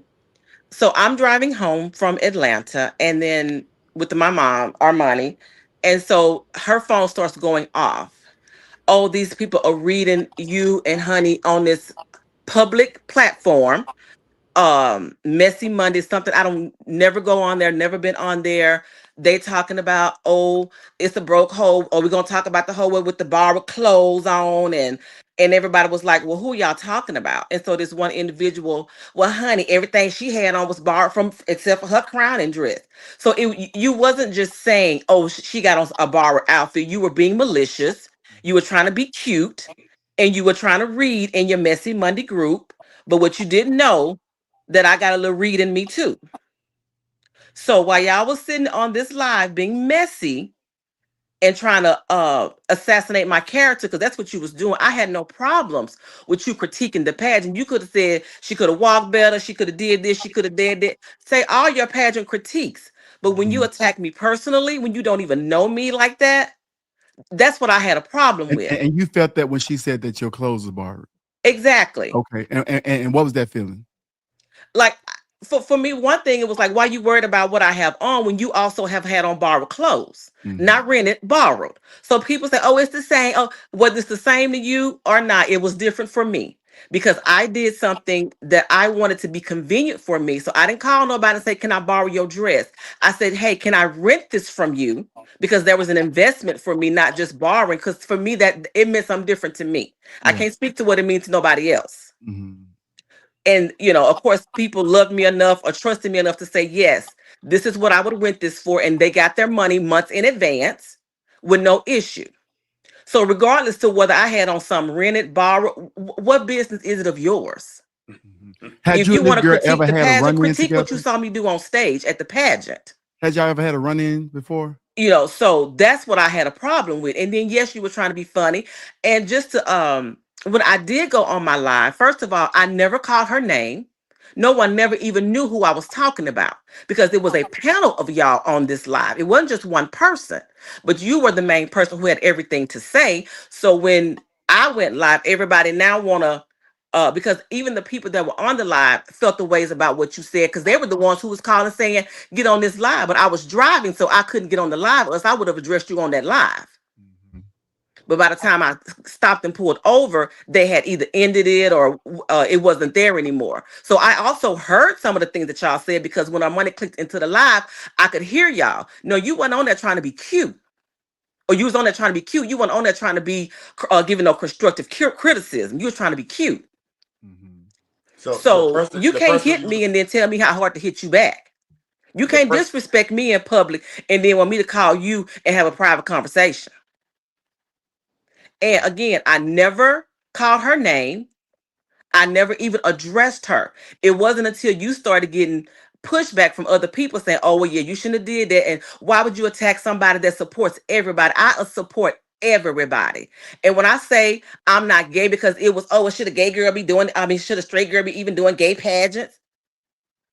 Y'all don't care when I'm at the show tipping. You don't care when I'm out supporting.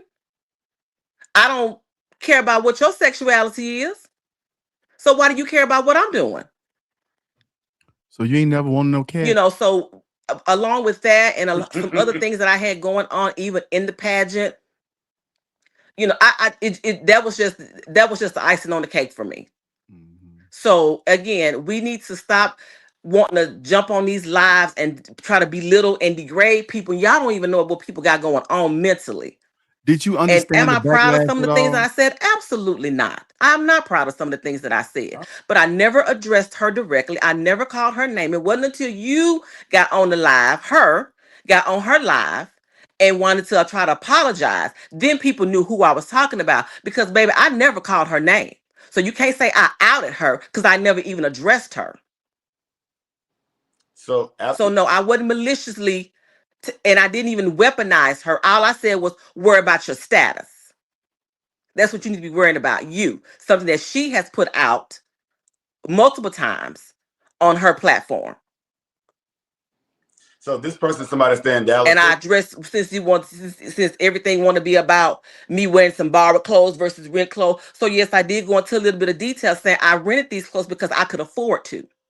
And I could afford to do a few more things that you probably could afford to do too if you was worried about what you had going on. So don't come on no live trying to act like, well, yeah, I do aspire to have a house and I do aspire. Well, I should have been inspiring you when you was trying to read me. But that wasn't what you was doing. You wanted to read me and then you wanted to get inspired. You should have flipped the script. So again, you don't get to disrespect me when I have nothing negative to say about you and then tell me how to respond. That's just not how this works. Not with me. And when I say I don't do the gay shit, I don't do getting on these lives, belittling people, putting people down. To me, and I've heard this from people in the community as they say this punk shit. I don't do that. If that's what punk shit is, I don't do that.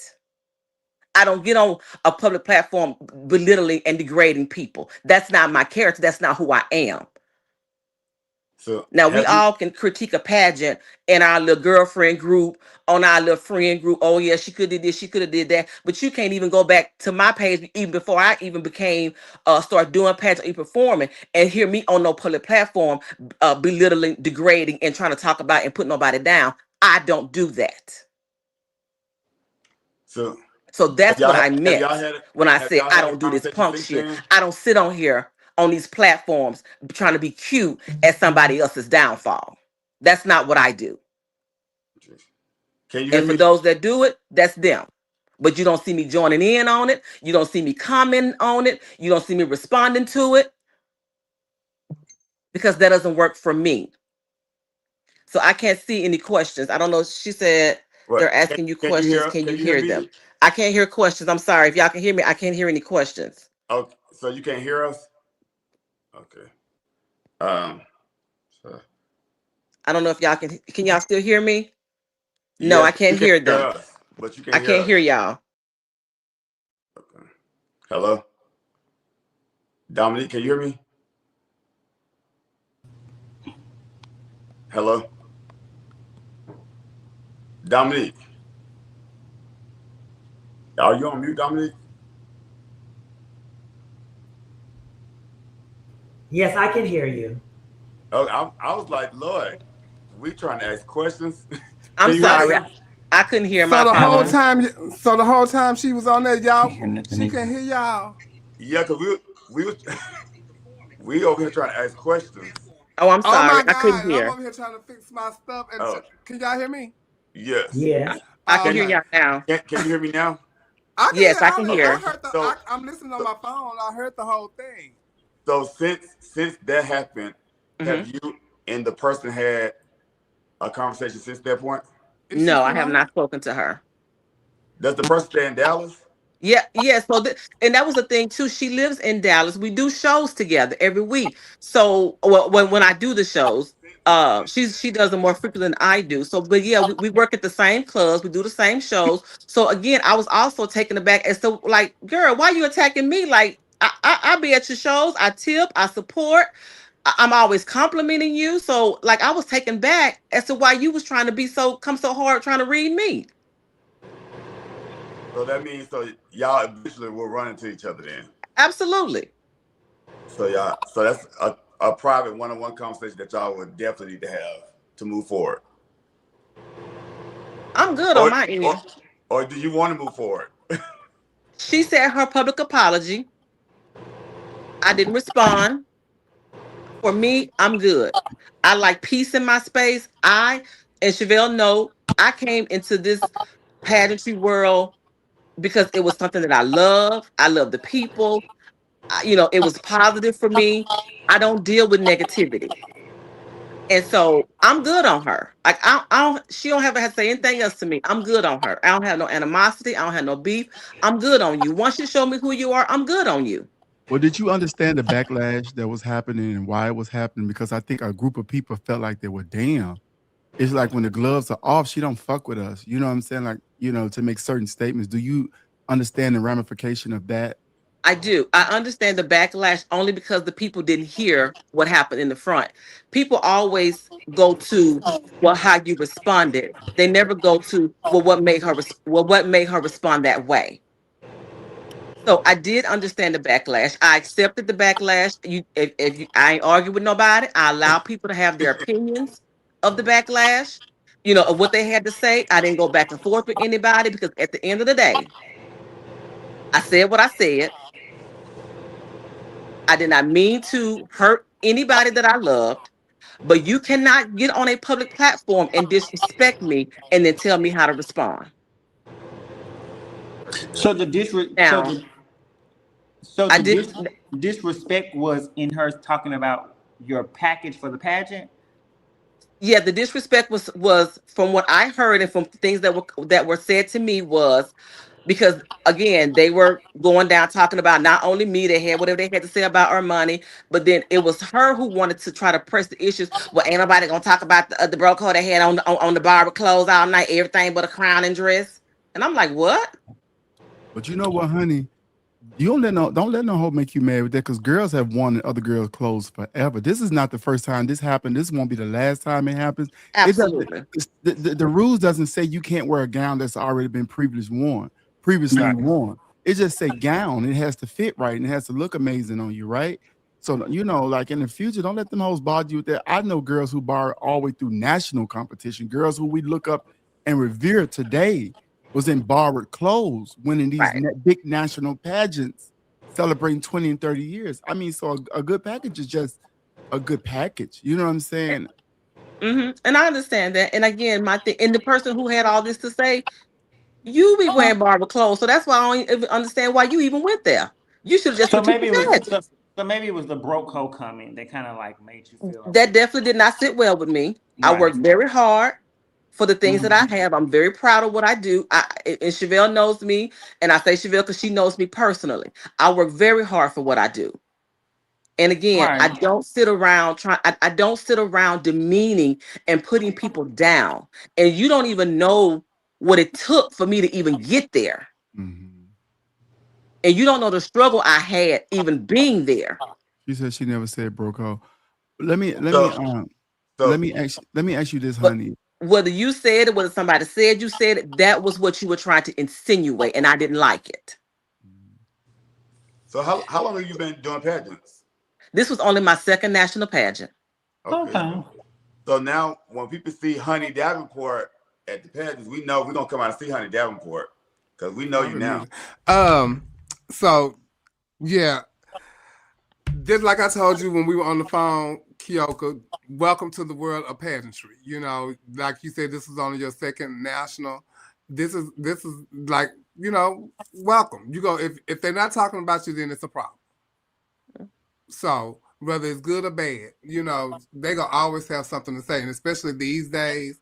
And you know, that's what people doing these days. They sitting up talking about what's going on at the pageant. This is social media, and it's just the different times now. You just not sitting in your living room talking amongst your girlfriends, bitch. They posting about it. Yeah, and I completely understand that. Like I said, am I proud of the things that I said? Absolutely not. Would I have done that differently? Absolutely. And everybody's not gonna like everything that you do. Like, you know, I talked to a friend of mine that told me something about what I did at Miss Gay America. Like I told you, I said on the show earlier, bitch, you can't tell me nothing that I did at Miss Gay America because I was good with that and I was good with what I presented. So I'm not gonna get on, you know, whatever. But I've been in this a long time. You haven't. Right. You know, so this is my way of spitting you some knowledge. Shout out to Daphne. And you know, and your mama should have told you, girl, pay that. You know, child. Like I told they're gonna you. always have something to say. Some people believe you won, you shouldn't have won. I mean, it's always something. And you gotta be able to take them punches. This game requires a really tough skin. If you don't have it, it'll chew you the fuck up. So you need to be protected and armored against some of the stuff that happens. Did you get a chance to, like you say you didn't like some of the things you said? Some to the people that was offended and stuff, did you get a chance to even apologize or say that to them? Or I did not, and mainly because there was really no reason. I had spoken with some people and I was like, well, I feel like I should apologize because my whole thing was the fact that I hurt people that I love, that I, you know, never had any intentions on hurting. A fight with somebody else has ruined so many other relationships unnecessarily. But at the end of the day, I also said, and I thought about, well, people who actually know me, who know what I have contributed to the community, even, and I have never tried to mislead anybody. Ishabel, you know, I say in a minute, every t-shirt I own say ally. I have never tried to mislead anybody. I ain't never tried to make nobody think one thing and I was something else. I've always been who I said I was. But you know what too, honey? You have people that's privy to that, and those are your friends. Everybody won't know that. Now you're tethering into a field of people who can just take your words and that's what they have of you. You understand what I'm saying? And you'll run across these people on judging panels because this is what you do, or it'll be show directors, and they can remember the things that were said. So when I asked you, did you want to apologize to the community? Because the community was hurt because in that moment it felt like, well, bitch, I'm better than y'all because I don't have AIDS. I'm not suffering from that. I'm better than y'all. I'm not even gay. If you really want to talk about shit, I'm not even gay. I'm just playing around in y'all world.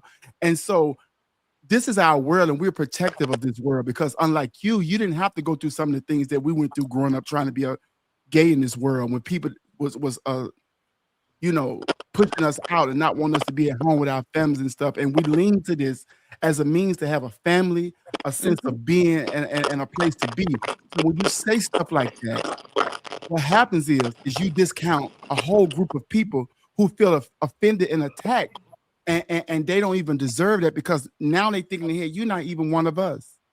You know what I'm saying? And so that's why I was talking about if you apologize, not that the people that know you getting to know everybody, because when you get on these stages, you are asking a system to be a part of them. You're asking a community of people to accept you by what you presented and take you as a real entertainer. So you got to also have that sensitivity for the community too, to understand that no, you may not be gay. You may not go through things we go through, the scrutiny we go through and stuff like that. But also I see y'all, I stand right there. And when you're an ally, that means you stand with us. Absolutely. That means you stand up with us. So that means if you harm us or hurt us, if we say we feel hurt, like you said, somebody can't tell you how to react. That's true. Freedom of speech ain't never been free. There's consequences for everything you do and say. So if you find out that you did hurt somebody or a group of people say, you can't tell them that's not what they feel. So that's why I asked you, like, do you want to apologize to the community? Because that is quite needed for some people. Yeah, absolutely. And I will take this opportunity because, again, like I said before, do I feel bad or was I right? Absolutely not. I was not right. Do I feel bad? Absolutely. So I will absolutely take this opportunity to apologize for anyone that I offended. That is not who I am. Again, and I understand what you're saying, Trent. Yes, this is a community that was built on people for having a safe space, having family, but also I have lost a lot standing for people that I love. People don't understand, well, why you over there doing this and doing that? You ain't even, because these are people that I love. These are people who, regardless to how they identify, deserve to be loved. This is why I built a family in this community. For those who didn't have a mother that say I love you, or a family that's supporting. And I know that's not everybody's story, but it is somebody's story, because I also am a mother. And I couldn't imagine if my child came and told me, Mom, I'm gay, or whatever. I even asked listen, tell me, because it ain't nothing we can't talk about. And just know that you're going to be loved, you're going to be accepted, you're going to be supported, because I am that type of mother. So I've also had some struggles just trying to love people who I felt like, needed love or didn't have that. So for the community, anyone that I have offended, anyone that I have hurt, I deeply apologize. I absolutely apologize. That was not who I was. That was unfortunately who I was pushed to be in that moment. And I regret that decision wholeheartedly. And I absolutely apologize. Well, thank you, because that's a lot. That's big to say. And we all go through our personal struggles in this thing. It's not easy for us, and we're in this thing. Relationships are hard. You fighting for the people you love. You fighting for your name. But let me tell you something. Once you start building your name, all you gotta do is operate in integrity. Everything that you need or want gonna follow you just that way. So you don't even have to answer people that say you may borrow something or did this. People gonna talk, baby. They just. That's what we know how to do on this side. We can read a bitch. We can do this. That's what we know how to do. But you got, like I say, you got to get the tough skin. Thank you so much for taking your time out to come over here and talk to us about it. Thank you for having me. We did want to talk about it and clear it up for the people. Thank you. And thank you all for stage. I'm sorry. We look forward to seeing you on stage. Thank you. And thank you all for having me to at least hear both sides of of what happened, So again, deeply apologize. Sincerely apologize. I will continue to support. I will continue to, be an advocate. I may not be an advocate for everybody because people may not want that, but for those that will accept it, I will continue to stand with my sisters, my brothers in the community, and and just be a voice. Yes. Well, thank you so much. Thank you so much. Thank y'all for having me, and y'all have a great night. You as well. Thank you. Well, that was cute. Can y'all hear me? Yes. Yes. Okay, great. Thank you, Kiyoko, for coming on and sharing your side of the story. So now, listen, Nikki, come back on in. We're gonna get Nikki in here because today, come on in the room. The girls today, are fighting. Nikki and what's her name? Tania. They had chose violence, honey. They had chose violence. Can you imagine waking up to this type of shit? And they had got personal. They started talking about people stuff, mouths, and all kind of stuff like that. They don't want to spit on the folk. They want to do all the things. Nikki had made a post, and she had, where is it? Because I didn't understand. I did see when Nikki made the post. I was like, oh, okay, she. Some of her kids going off. She's going off about some of her kids. And you know how Nikki is when one of her kids come to play. But she's like Candy and her man. Don't talk about my man. Baby, listen. Please she keep don't my play about her kids. Jalen. So she had made a post. And did it come up yet, y'all? Yes, sir. Yeah, it's up. Oh, okay. Ma'am, I ask you, please keep my sons out your mouth. We are in the same city, respectfully. Sin. That ain't how it went. Man, put it back up, Chappelle. I don't know what the sons did, But baby, then Tania came back, and if it come up, let me know. Nigga Diamond, yuck mouth Simone. Let me be very clear, That look bitch. like Mike and me, so I don't want to put her up. You never have to send subliminal message there you about go. me. But since you did, let's unpack your concern. Your concern should be your diabetic leg and deep cleaning underneath those horrible composite veneer job in your mouth. Secondly, you're correct. We're in the same city but never ran in the same circle. Jalen, B.E., and Joe, you both have my number. And Jalen, we are currently still friends on Facebook. But since y'all feel the need to talk, let's talk again. Y'all isn't even that interested to be discussed. If there was a problem with what I told DJ, you should have contacted me personally. You can't think it's only one side to the story. I guess you did, LOL. You girls are laughable. I stand 10 toes down on what I said and how I said it. Since you're looking for ratings, pull out the camera. I hear ratings are down at the life of Jay and Joe. What life? To be motherfucking continue, bitch.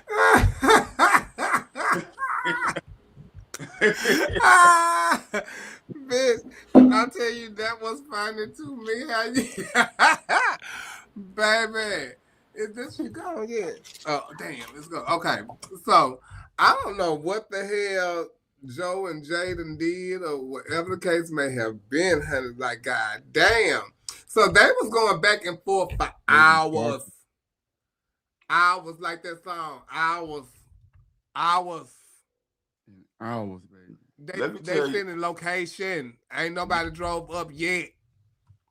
Neither one of them hard to find because you know what Tennille gonna be at on every Monday. You know Nick gonna be at selling cologne and perfume. So neither one of them hard to find. Okay.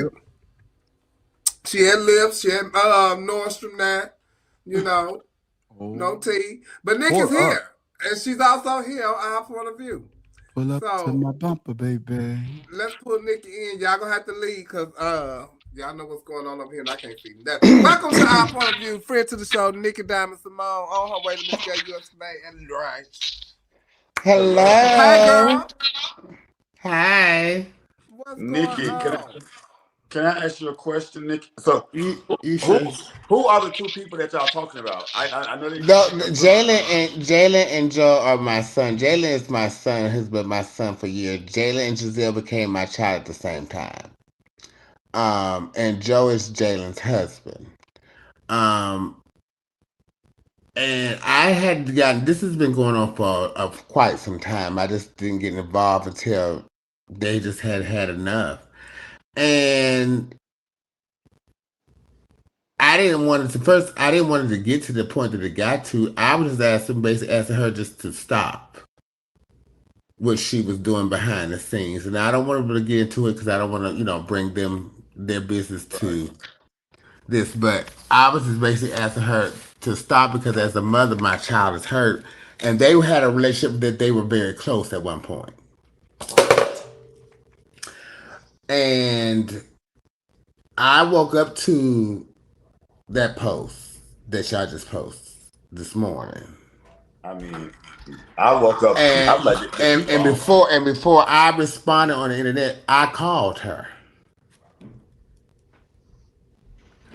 You called her after her post, after her initial post? Before I responded, before I even came to Facebook, I called her now.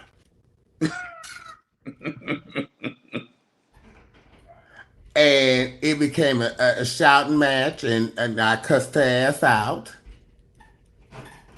And then I went to Facebook, but I had to realize that I have too much to lose. I have too many opportunities to go to be putting stuff out on Facebook, and I'm not about to sit here and keep going back and forth with you. And she knows she wrong. She knows she wrong. I mean, it just went so low so early in the morning. I'm like, damn. Hey, let me tell you something. It was like 5 in the morning. Let me tell you something. Chevelle could tell you I'm not worried about no Tennille. Tennille, you can go low and say whatever the fuck you want. Whatever she want to say. Have y'all had beef before? Tennille has beef with everybody. Oh. It was, that was like the stuff that was said. I'm like, this like I've been wanting to get out. Yeah, this is what she probably been wanting to say, but she's just that type of person. And I've changed from the type of person I used to be. So But y'all was talking about getting in the ring together. Like, what y'all? I mean, is it on site? I don't have to touch Tennille. Oh, okay. I don't have to touch her. I laughed so hard at your post because this bitch says diabolic leg, and you say, well, we're gonna tap dance. I thought that was the biggest kiki for me. No, I said she's gonna tap dance. That's I just say I won't have to even move.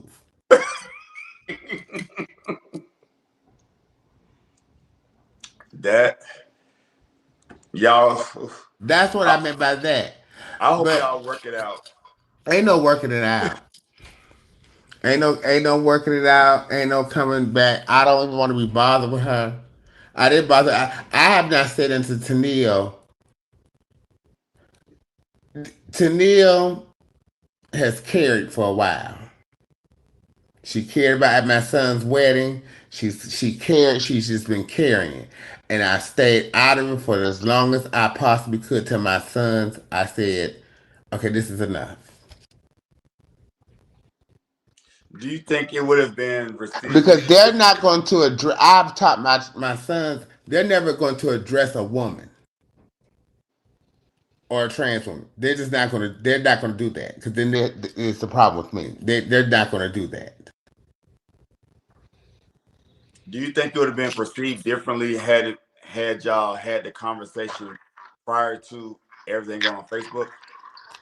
I told you I called her. Prior to your first post. No, because she liked to come to Facebook. She liked to entertain y'all. But you were that was a subliminal aimed at her, right? But it was nicely put. Ma'am, please. I don't want y'all fighting. I want her. It was very nicely put. Ma'am, please. Because we are in the same city. Yeah. But y'all not in the same circles, though. But we be at the same thing sometimes. Baby, I thought y'all could meet up somewhere today and fight. Can I ask y'all something though, honestly? Do y'all ever think, like, honestly speaking, Nikki, do you think that it will get to that point where you and her will actually have to like fight? No, Shabir, I changed. Shabir, you know I'm not that old person I used to be. Thank you. Okay. But that don't mean she won't hit you. No. That's a different story. It's a different story. It's a different story. She said she got them Memphis and Arkansas here. Now you know. Well, baby, I have a witness right here on this show. I can vouch for Memphis, Nikki. And there's a person right here standing next to you can vouch for me. Who was that? Milan? Chevelle. Oh, Chevelle. You saw her get down in the paint. Babe, a couple times. The child had called his mama back and said, let me tell y'all a little story, then we're going to let Nikki go. This child was fucking with Nikki. Nikki told him, don't come over here. And the child called his mama and said, Nikki, this, that. She said, don't go over there fucking with Nikki. He got up, went over to Nikki's house, and then when he got over there, Nikki gave him the 1-2. He called his mama back and said, yeah, she beat me.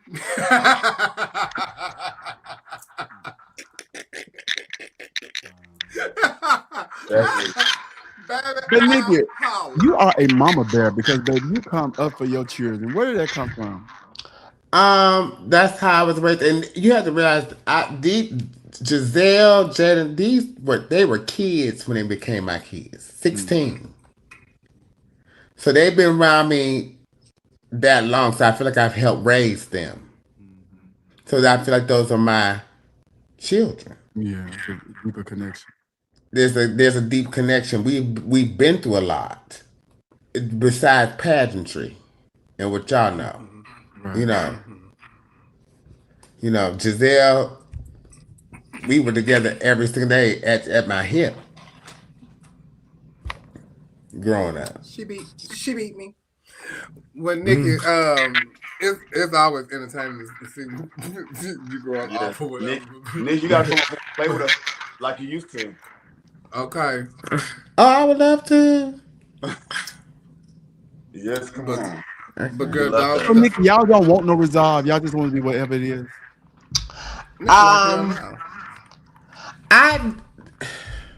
Okay, well, Nikki, answer this question: is the resolve with you, or you want the resolve with your child, with her? They're completely done with her. Okay. I never had an issue with Tennille. Tennille just moves different from you. Yeah, that's. And the icing on the cake was your kids. Yeah, that was it. That was it. Because I feel like you doing. She's discussing them with people that they don't even know, personal business. All that she at the money at this, and this was this past Monday at the Monday Night Show. She, doing all this, and it just was, and that's what she was talking about. Well, she stayed 10 toes down. And what she said, she stayed 10 toes down, and what she said to who she said it to. And I guess now it's up to you, boo boo. No, we don't want them. We want them. Well, no, we are. Nikki gonna be cool. It's them that ain't gonna say nothing. Yeah. But Nikki done told her, don't fuck around and get the high. Well, thank you, sister, for coming on. You coming on and play with us, and play with us sometime. We'd love to have you back. Whenever y'all want me, I'm here. All right. Take care of yourself. All right. Bye, y'all. Love you. We talked about pageant stuff. Miss US of A is coming up in a couple of weeks. And y'all know Miss US of A usually be a week-long pageant. Well, now they have shortened Miss US of A to a one-night pageant. Miss US of A Classic, I think, is the Sunday and Monday. Let me look and see the dates, because I really don't know. The week before Memorial Day? Yes, it's the 17th and 18th is Miss Gay US of A Classic. And it's at the Rose Room in Dallas, Texas. And Ramaya Lord will be relinquishing her title. I had a thing here. Where is it? Oh, here you go, the contestant list.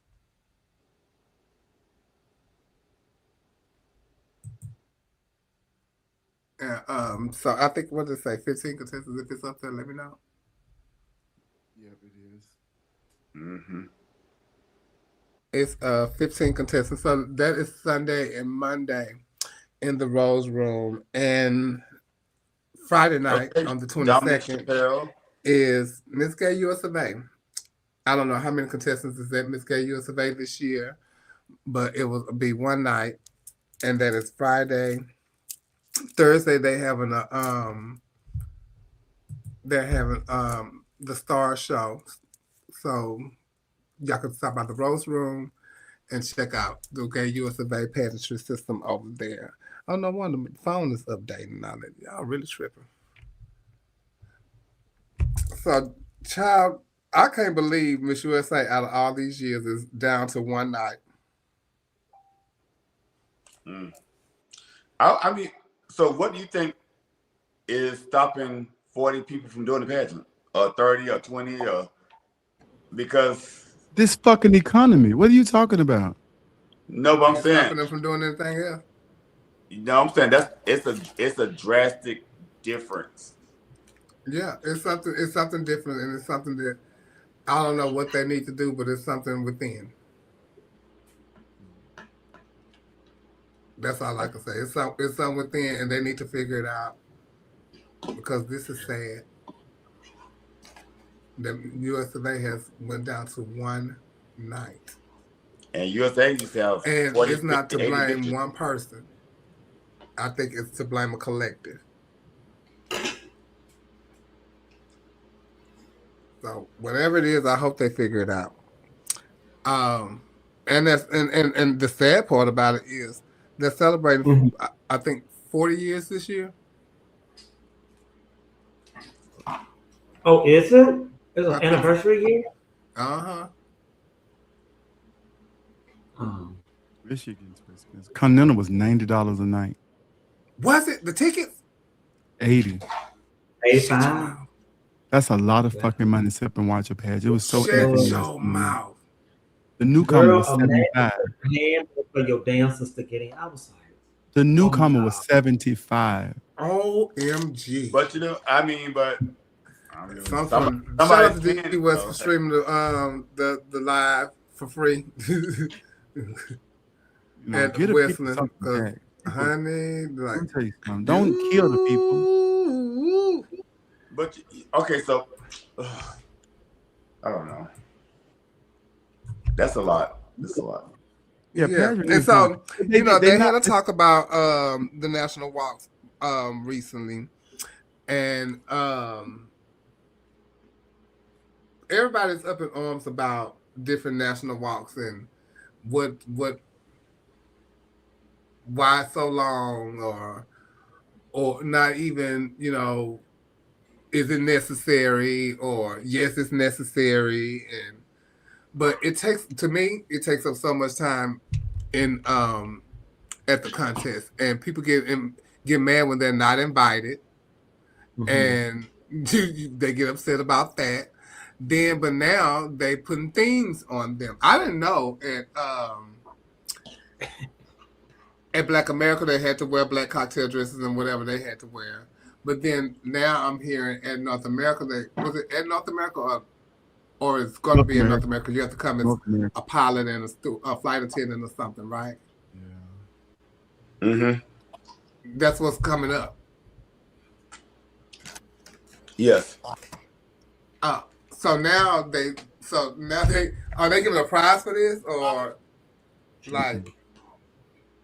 You know, I mean, to me, I feel like it's been themed national walks forever to me. I've been to plenty of pageants where it's been themed national walk. Not like this is not the first time this has happened or the second time to me. I feel like it's been themed national walks. I feel like people have been like, yes. What contestants or like systems like are we doing? What like system be like, oh, we're incorporating the national walk into our opening, and our opening is Disney or whatever the case may be, and people come out and things. I don't think it's just new or shocking or a revelation to me. I'm just so glad. But and that's why it should be reserved. Like, let's do national system, because people that's ready to reign nationally don't have a problem getting things made.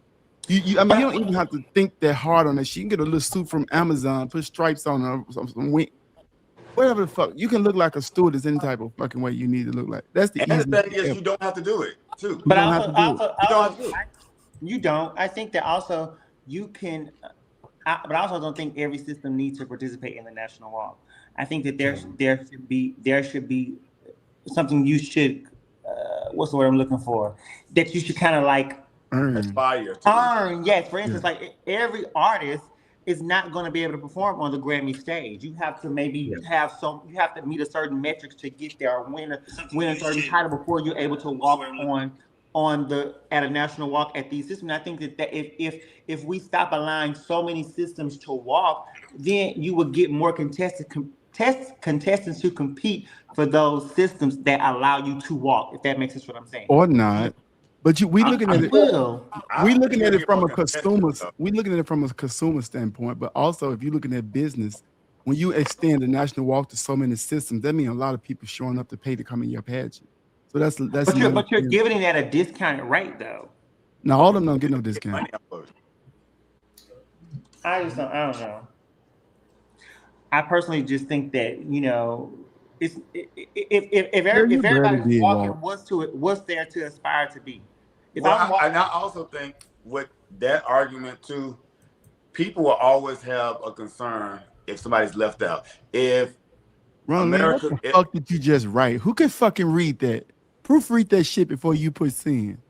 Who said that? Like if America had a national walk and they said we only want Continental USA, AAG, EOY, Universal Circle in there, people have a problem with. So I think when you put and they do, dear, because even the year that I gave up Queen, we wanted to specify like certain ones because we didn't want the national walk to be a long thing. So people got offended that they wasn't allowed to walk, but ended up bullying them their way onto the walk.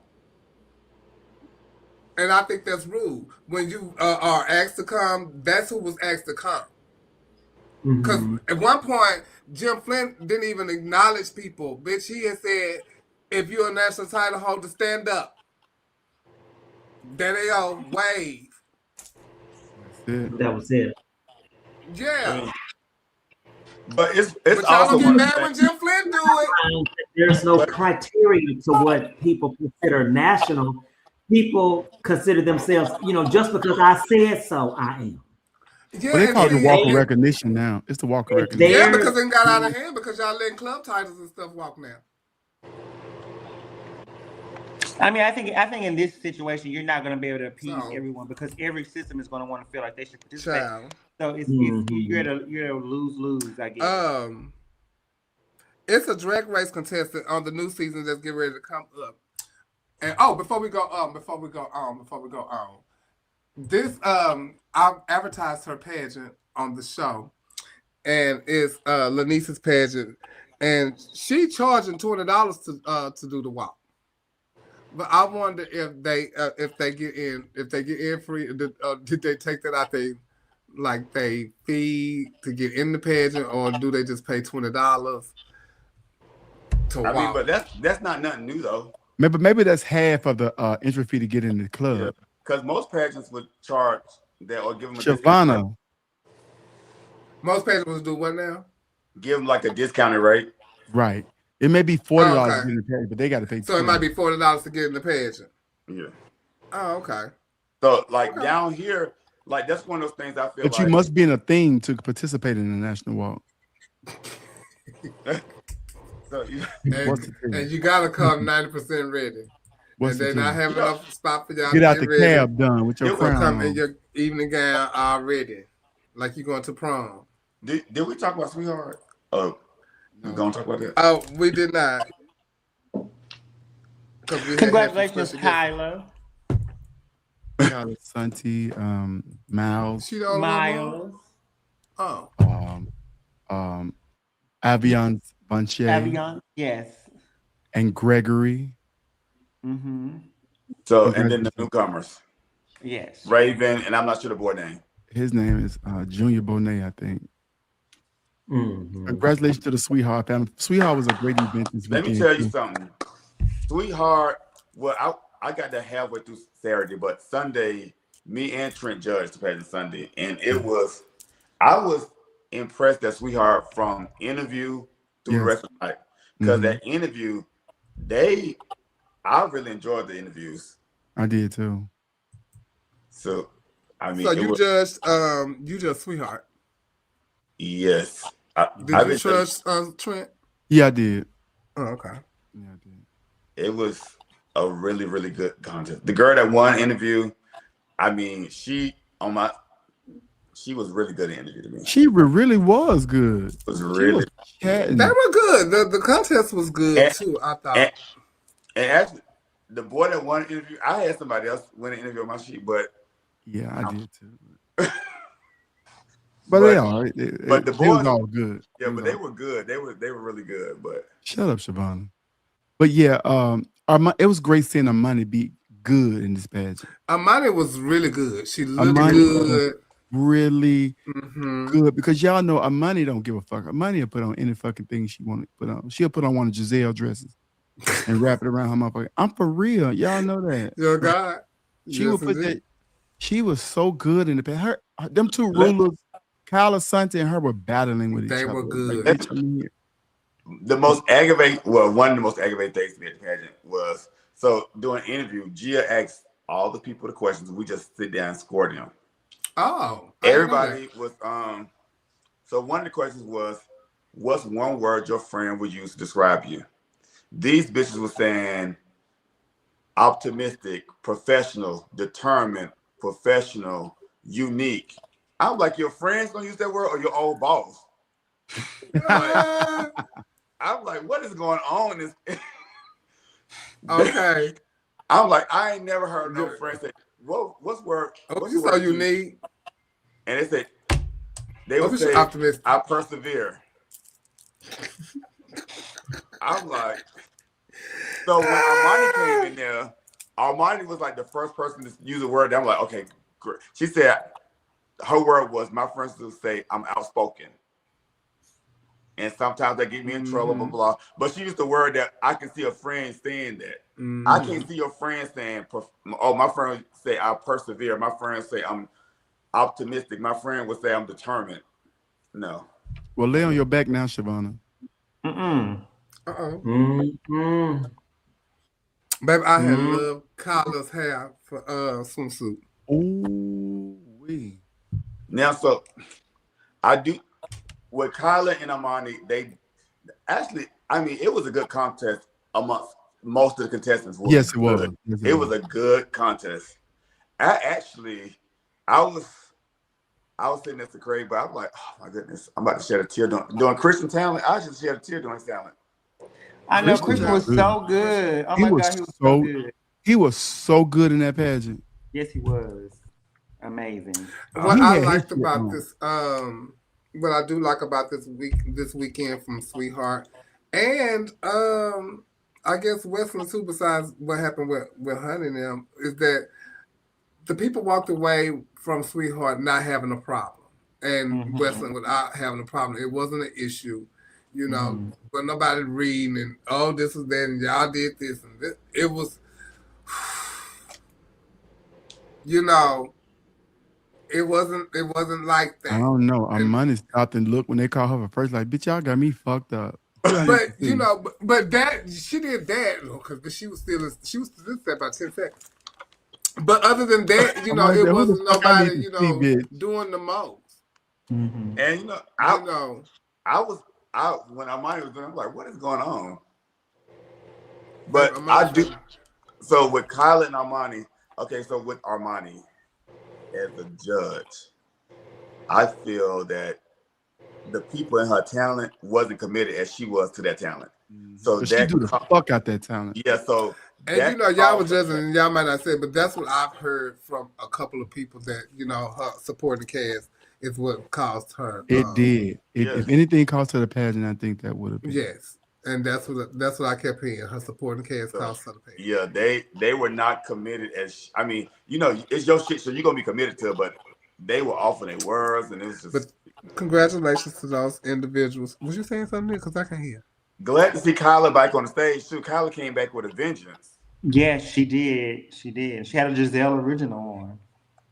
Girl, what she wear yours? Well, it's a long story, but I don't care to share. But I mean, I just girl, stop that motherfucking line. I'm sure it definitely wasn't the gown because that's the only thing. No, it definitely was the gown. So the gown the Kyla wore was a dress that I made when I competed for Continental back in 2017, and Sasha Lauren didn't have the dress ready for Continental, and she was supposed to have it ready for Universe when Desiree beat me, and she still didn't have it ready. And when she finally had the dress ready, it was like you couldn't afford it no more. She was like, it was in January. She's like, well, girl, can you finish paying your balance? I was like, well, I don't need it anymore. You didn't have it ready for 2 pageants. And she sold it to Athena, and then Athena then sold it. I remember Athena wore that for Westland. Yeah, but that was originally my dress. Yeah. It was never yours. Well, it was my design. I made it. It was never in your possession, baby. You couldn't afford it honey, so wait, did Kyla buy it, rent it, or borrow it? I think she bought it, but she looked absolutely beautiful in it. I was just like, oh my God, yeah. We are so shady. Up tomorrow night on Beyond the Filter, Dominique and Trent have Flame Monroe. So y'all tune in tomorrow night for Beyond the Filter with them because, baby, I'm sure that's gonna be a time. Baby, it's gonna be a time. We find out how her preparation is going to become the next Miss Black Universe and many other things. So we'll see. Lord. We'll see. I can't wait to talk to her though. You know it's gonna be a good time. I like comedians. Comedians are so quick. I love it. Yes. Shavonna says shorten it. Shavonna, shut the fuck up. Shavonna's judging Continental this year. Shout out to Rick Finn, who's gonna be judging. We said that before, right? Shout out to Rick Finn. That's gonna be judging. They made a post and they made it happen, baby. I live. Okay. Oh, we got so many. Oh, never mind. What's your question, Shavonna? They made a post and they made it happen, baby. I live. Okay. Hey, Gemini. Well, all right, y'all. We have been on here long enough and ended up. We are so glad we are back. We will be back next Wednesday for our point of view. Don't forget to tune in tomorrow night for Beyond the Filter. And shout out to all our other podcasts for y'all doing y'all thing and holding it down while we was gone. You know, shout out to Baxter Braxton, shout out to Trinity, and shout out to Beyond the Filter and all of you other people that's doing wonderful things in our great community.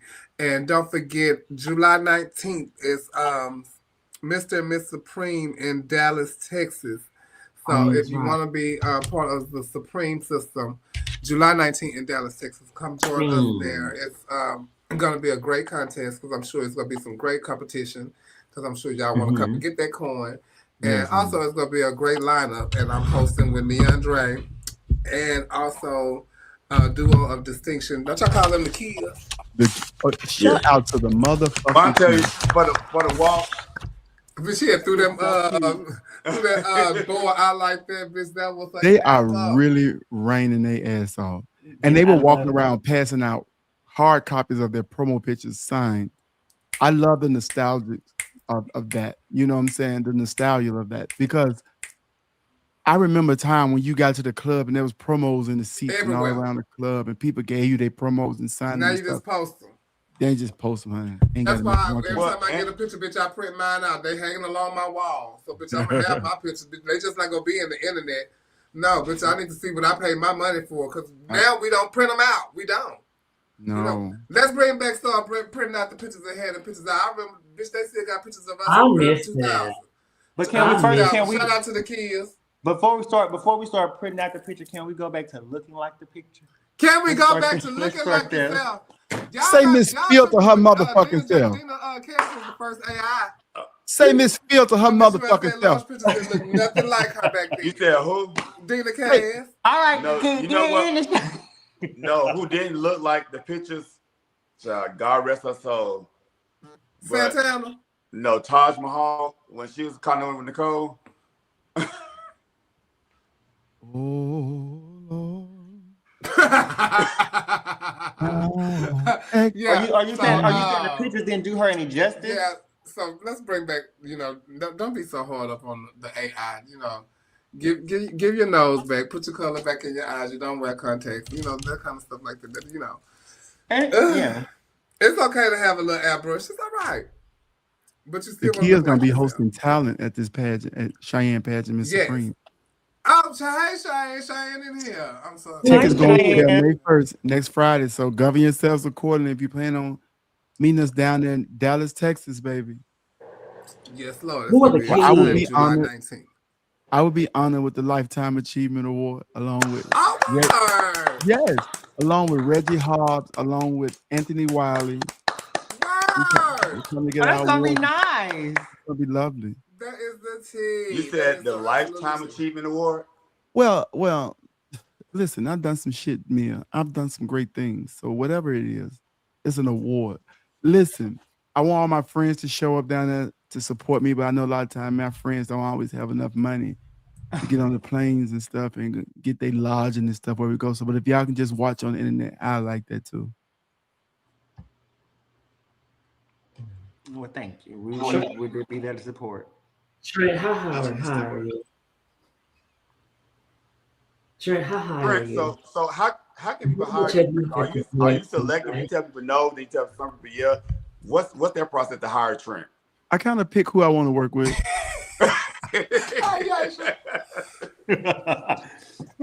not that high. Hello. Thank you. He picked people who he want to work with. Y'all hear that? So no, when I'm he just said, saying. y'all, I can't. I gotta go to work. No. If I'm available, I do work a lot though. But if I'm available, like if it works out that way, like I almost got a TV show right when Continental finna start up for but shit fell through, right? I almost got a TV show, and I was like, damn, I ain't gonna be able to go to Continental. So I never like to put stuff in stone. I like to work with people that understand that if something calls me that's bigger, that they won't be mad and angry at me. Because people like to post about you in a negative way when you can't do anything. I remember somebody getting really mad at me. I was supposed to do it for Black America, and they got so mad at me because I couldn't do it. But I had took a movie instead, and it was out of town. Like, you want me to stay here and make this with you and turn down this? But you know what I'm saying? Like, people don't get it all the time. So I like to kind of work with people who understand that about me, that you may need a second option. I couldn't do it. So, Trent, do you work with people with a certain canvas? And turn down this.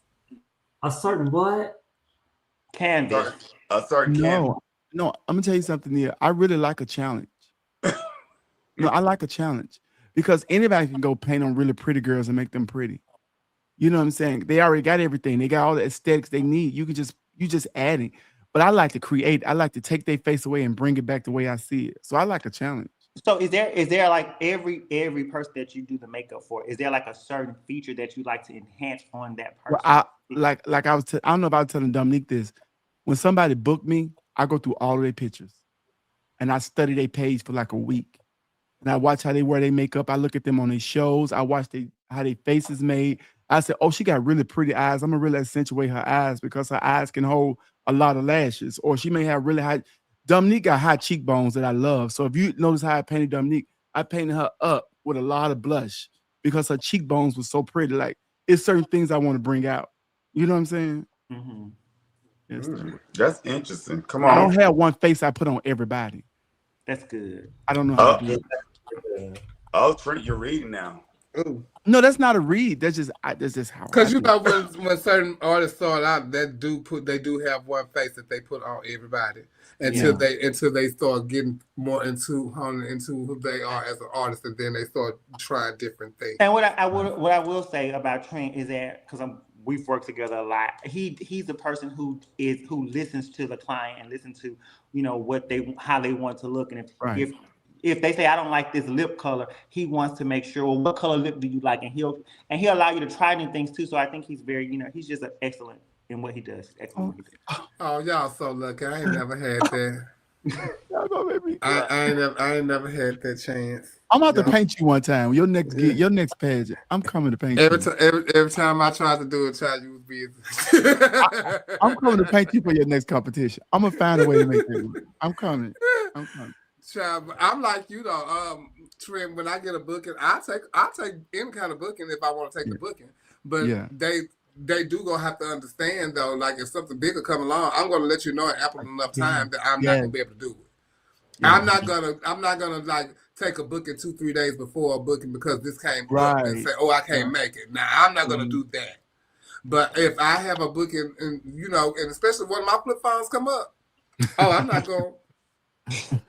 I'm not going. No, I'm sorry. My child asked me the other day. Blackgate Houston. Shout out to Blackgate Houston. It's this Sunday in Houston celebrating 40 years. Okay. Blackgate Houston. DeValen will be giving up his title. Him and Shayla Nicole. And I heard it's a lot of people supposed to become allegedly child. Supposed to be some heavy hitters supposed to be coming to do Blackgate Houston. I'm like, did they raise the prize? Did they raise the prize package or something? I don't know, but. We gonna see if they come. I ain't gonna throw no names out there because they could be just talking some shit. But my son asked me, was I gonna be at the at the review show on Saturday? I said no. He said, you gonna be at registration on Sunday? I said no. I'll be at Austin because I got flip phone on Sunday morning. No, I'm not missing it. But I will definitely be there to be at the pageant and dressed and ready to do presentation and host the pageant on Sunday. So. Amen. We will talk about it on Wednesday, and hopefully everybody that say that they're doing the pageant will be doing. My son is doing the pageant. Zodiac Bonet is making his return to the pageant. He's coming back to pageantry? To see him. I did hear that Talib is supposed to be doing the pageant also. We need some real men back in pageants. Giselle, let's go down there and see that pageant. Let's go. It's Sunday. It's this Sunday.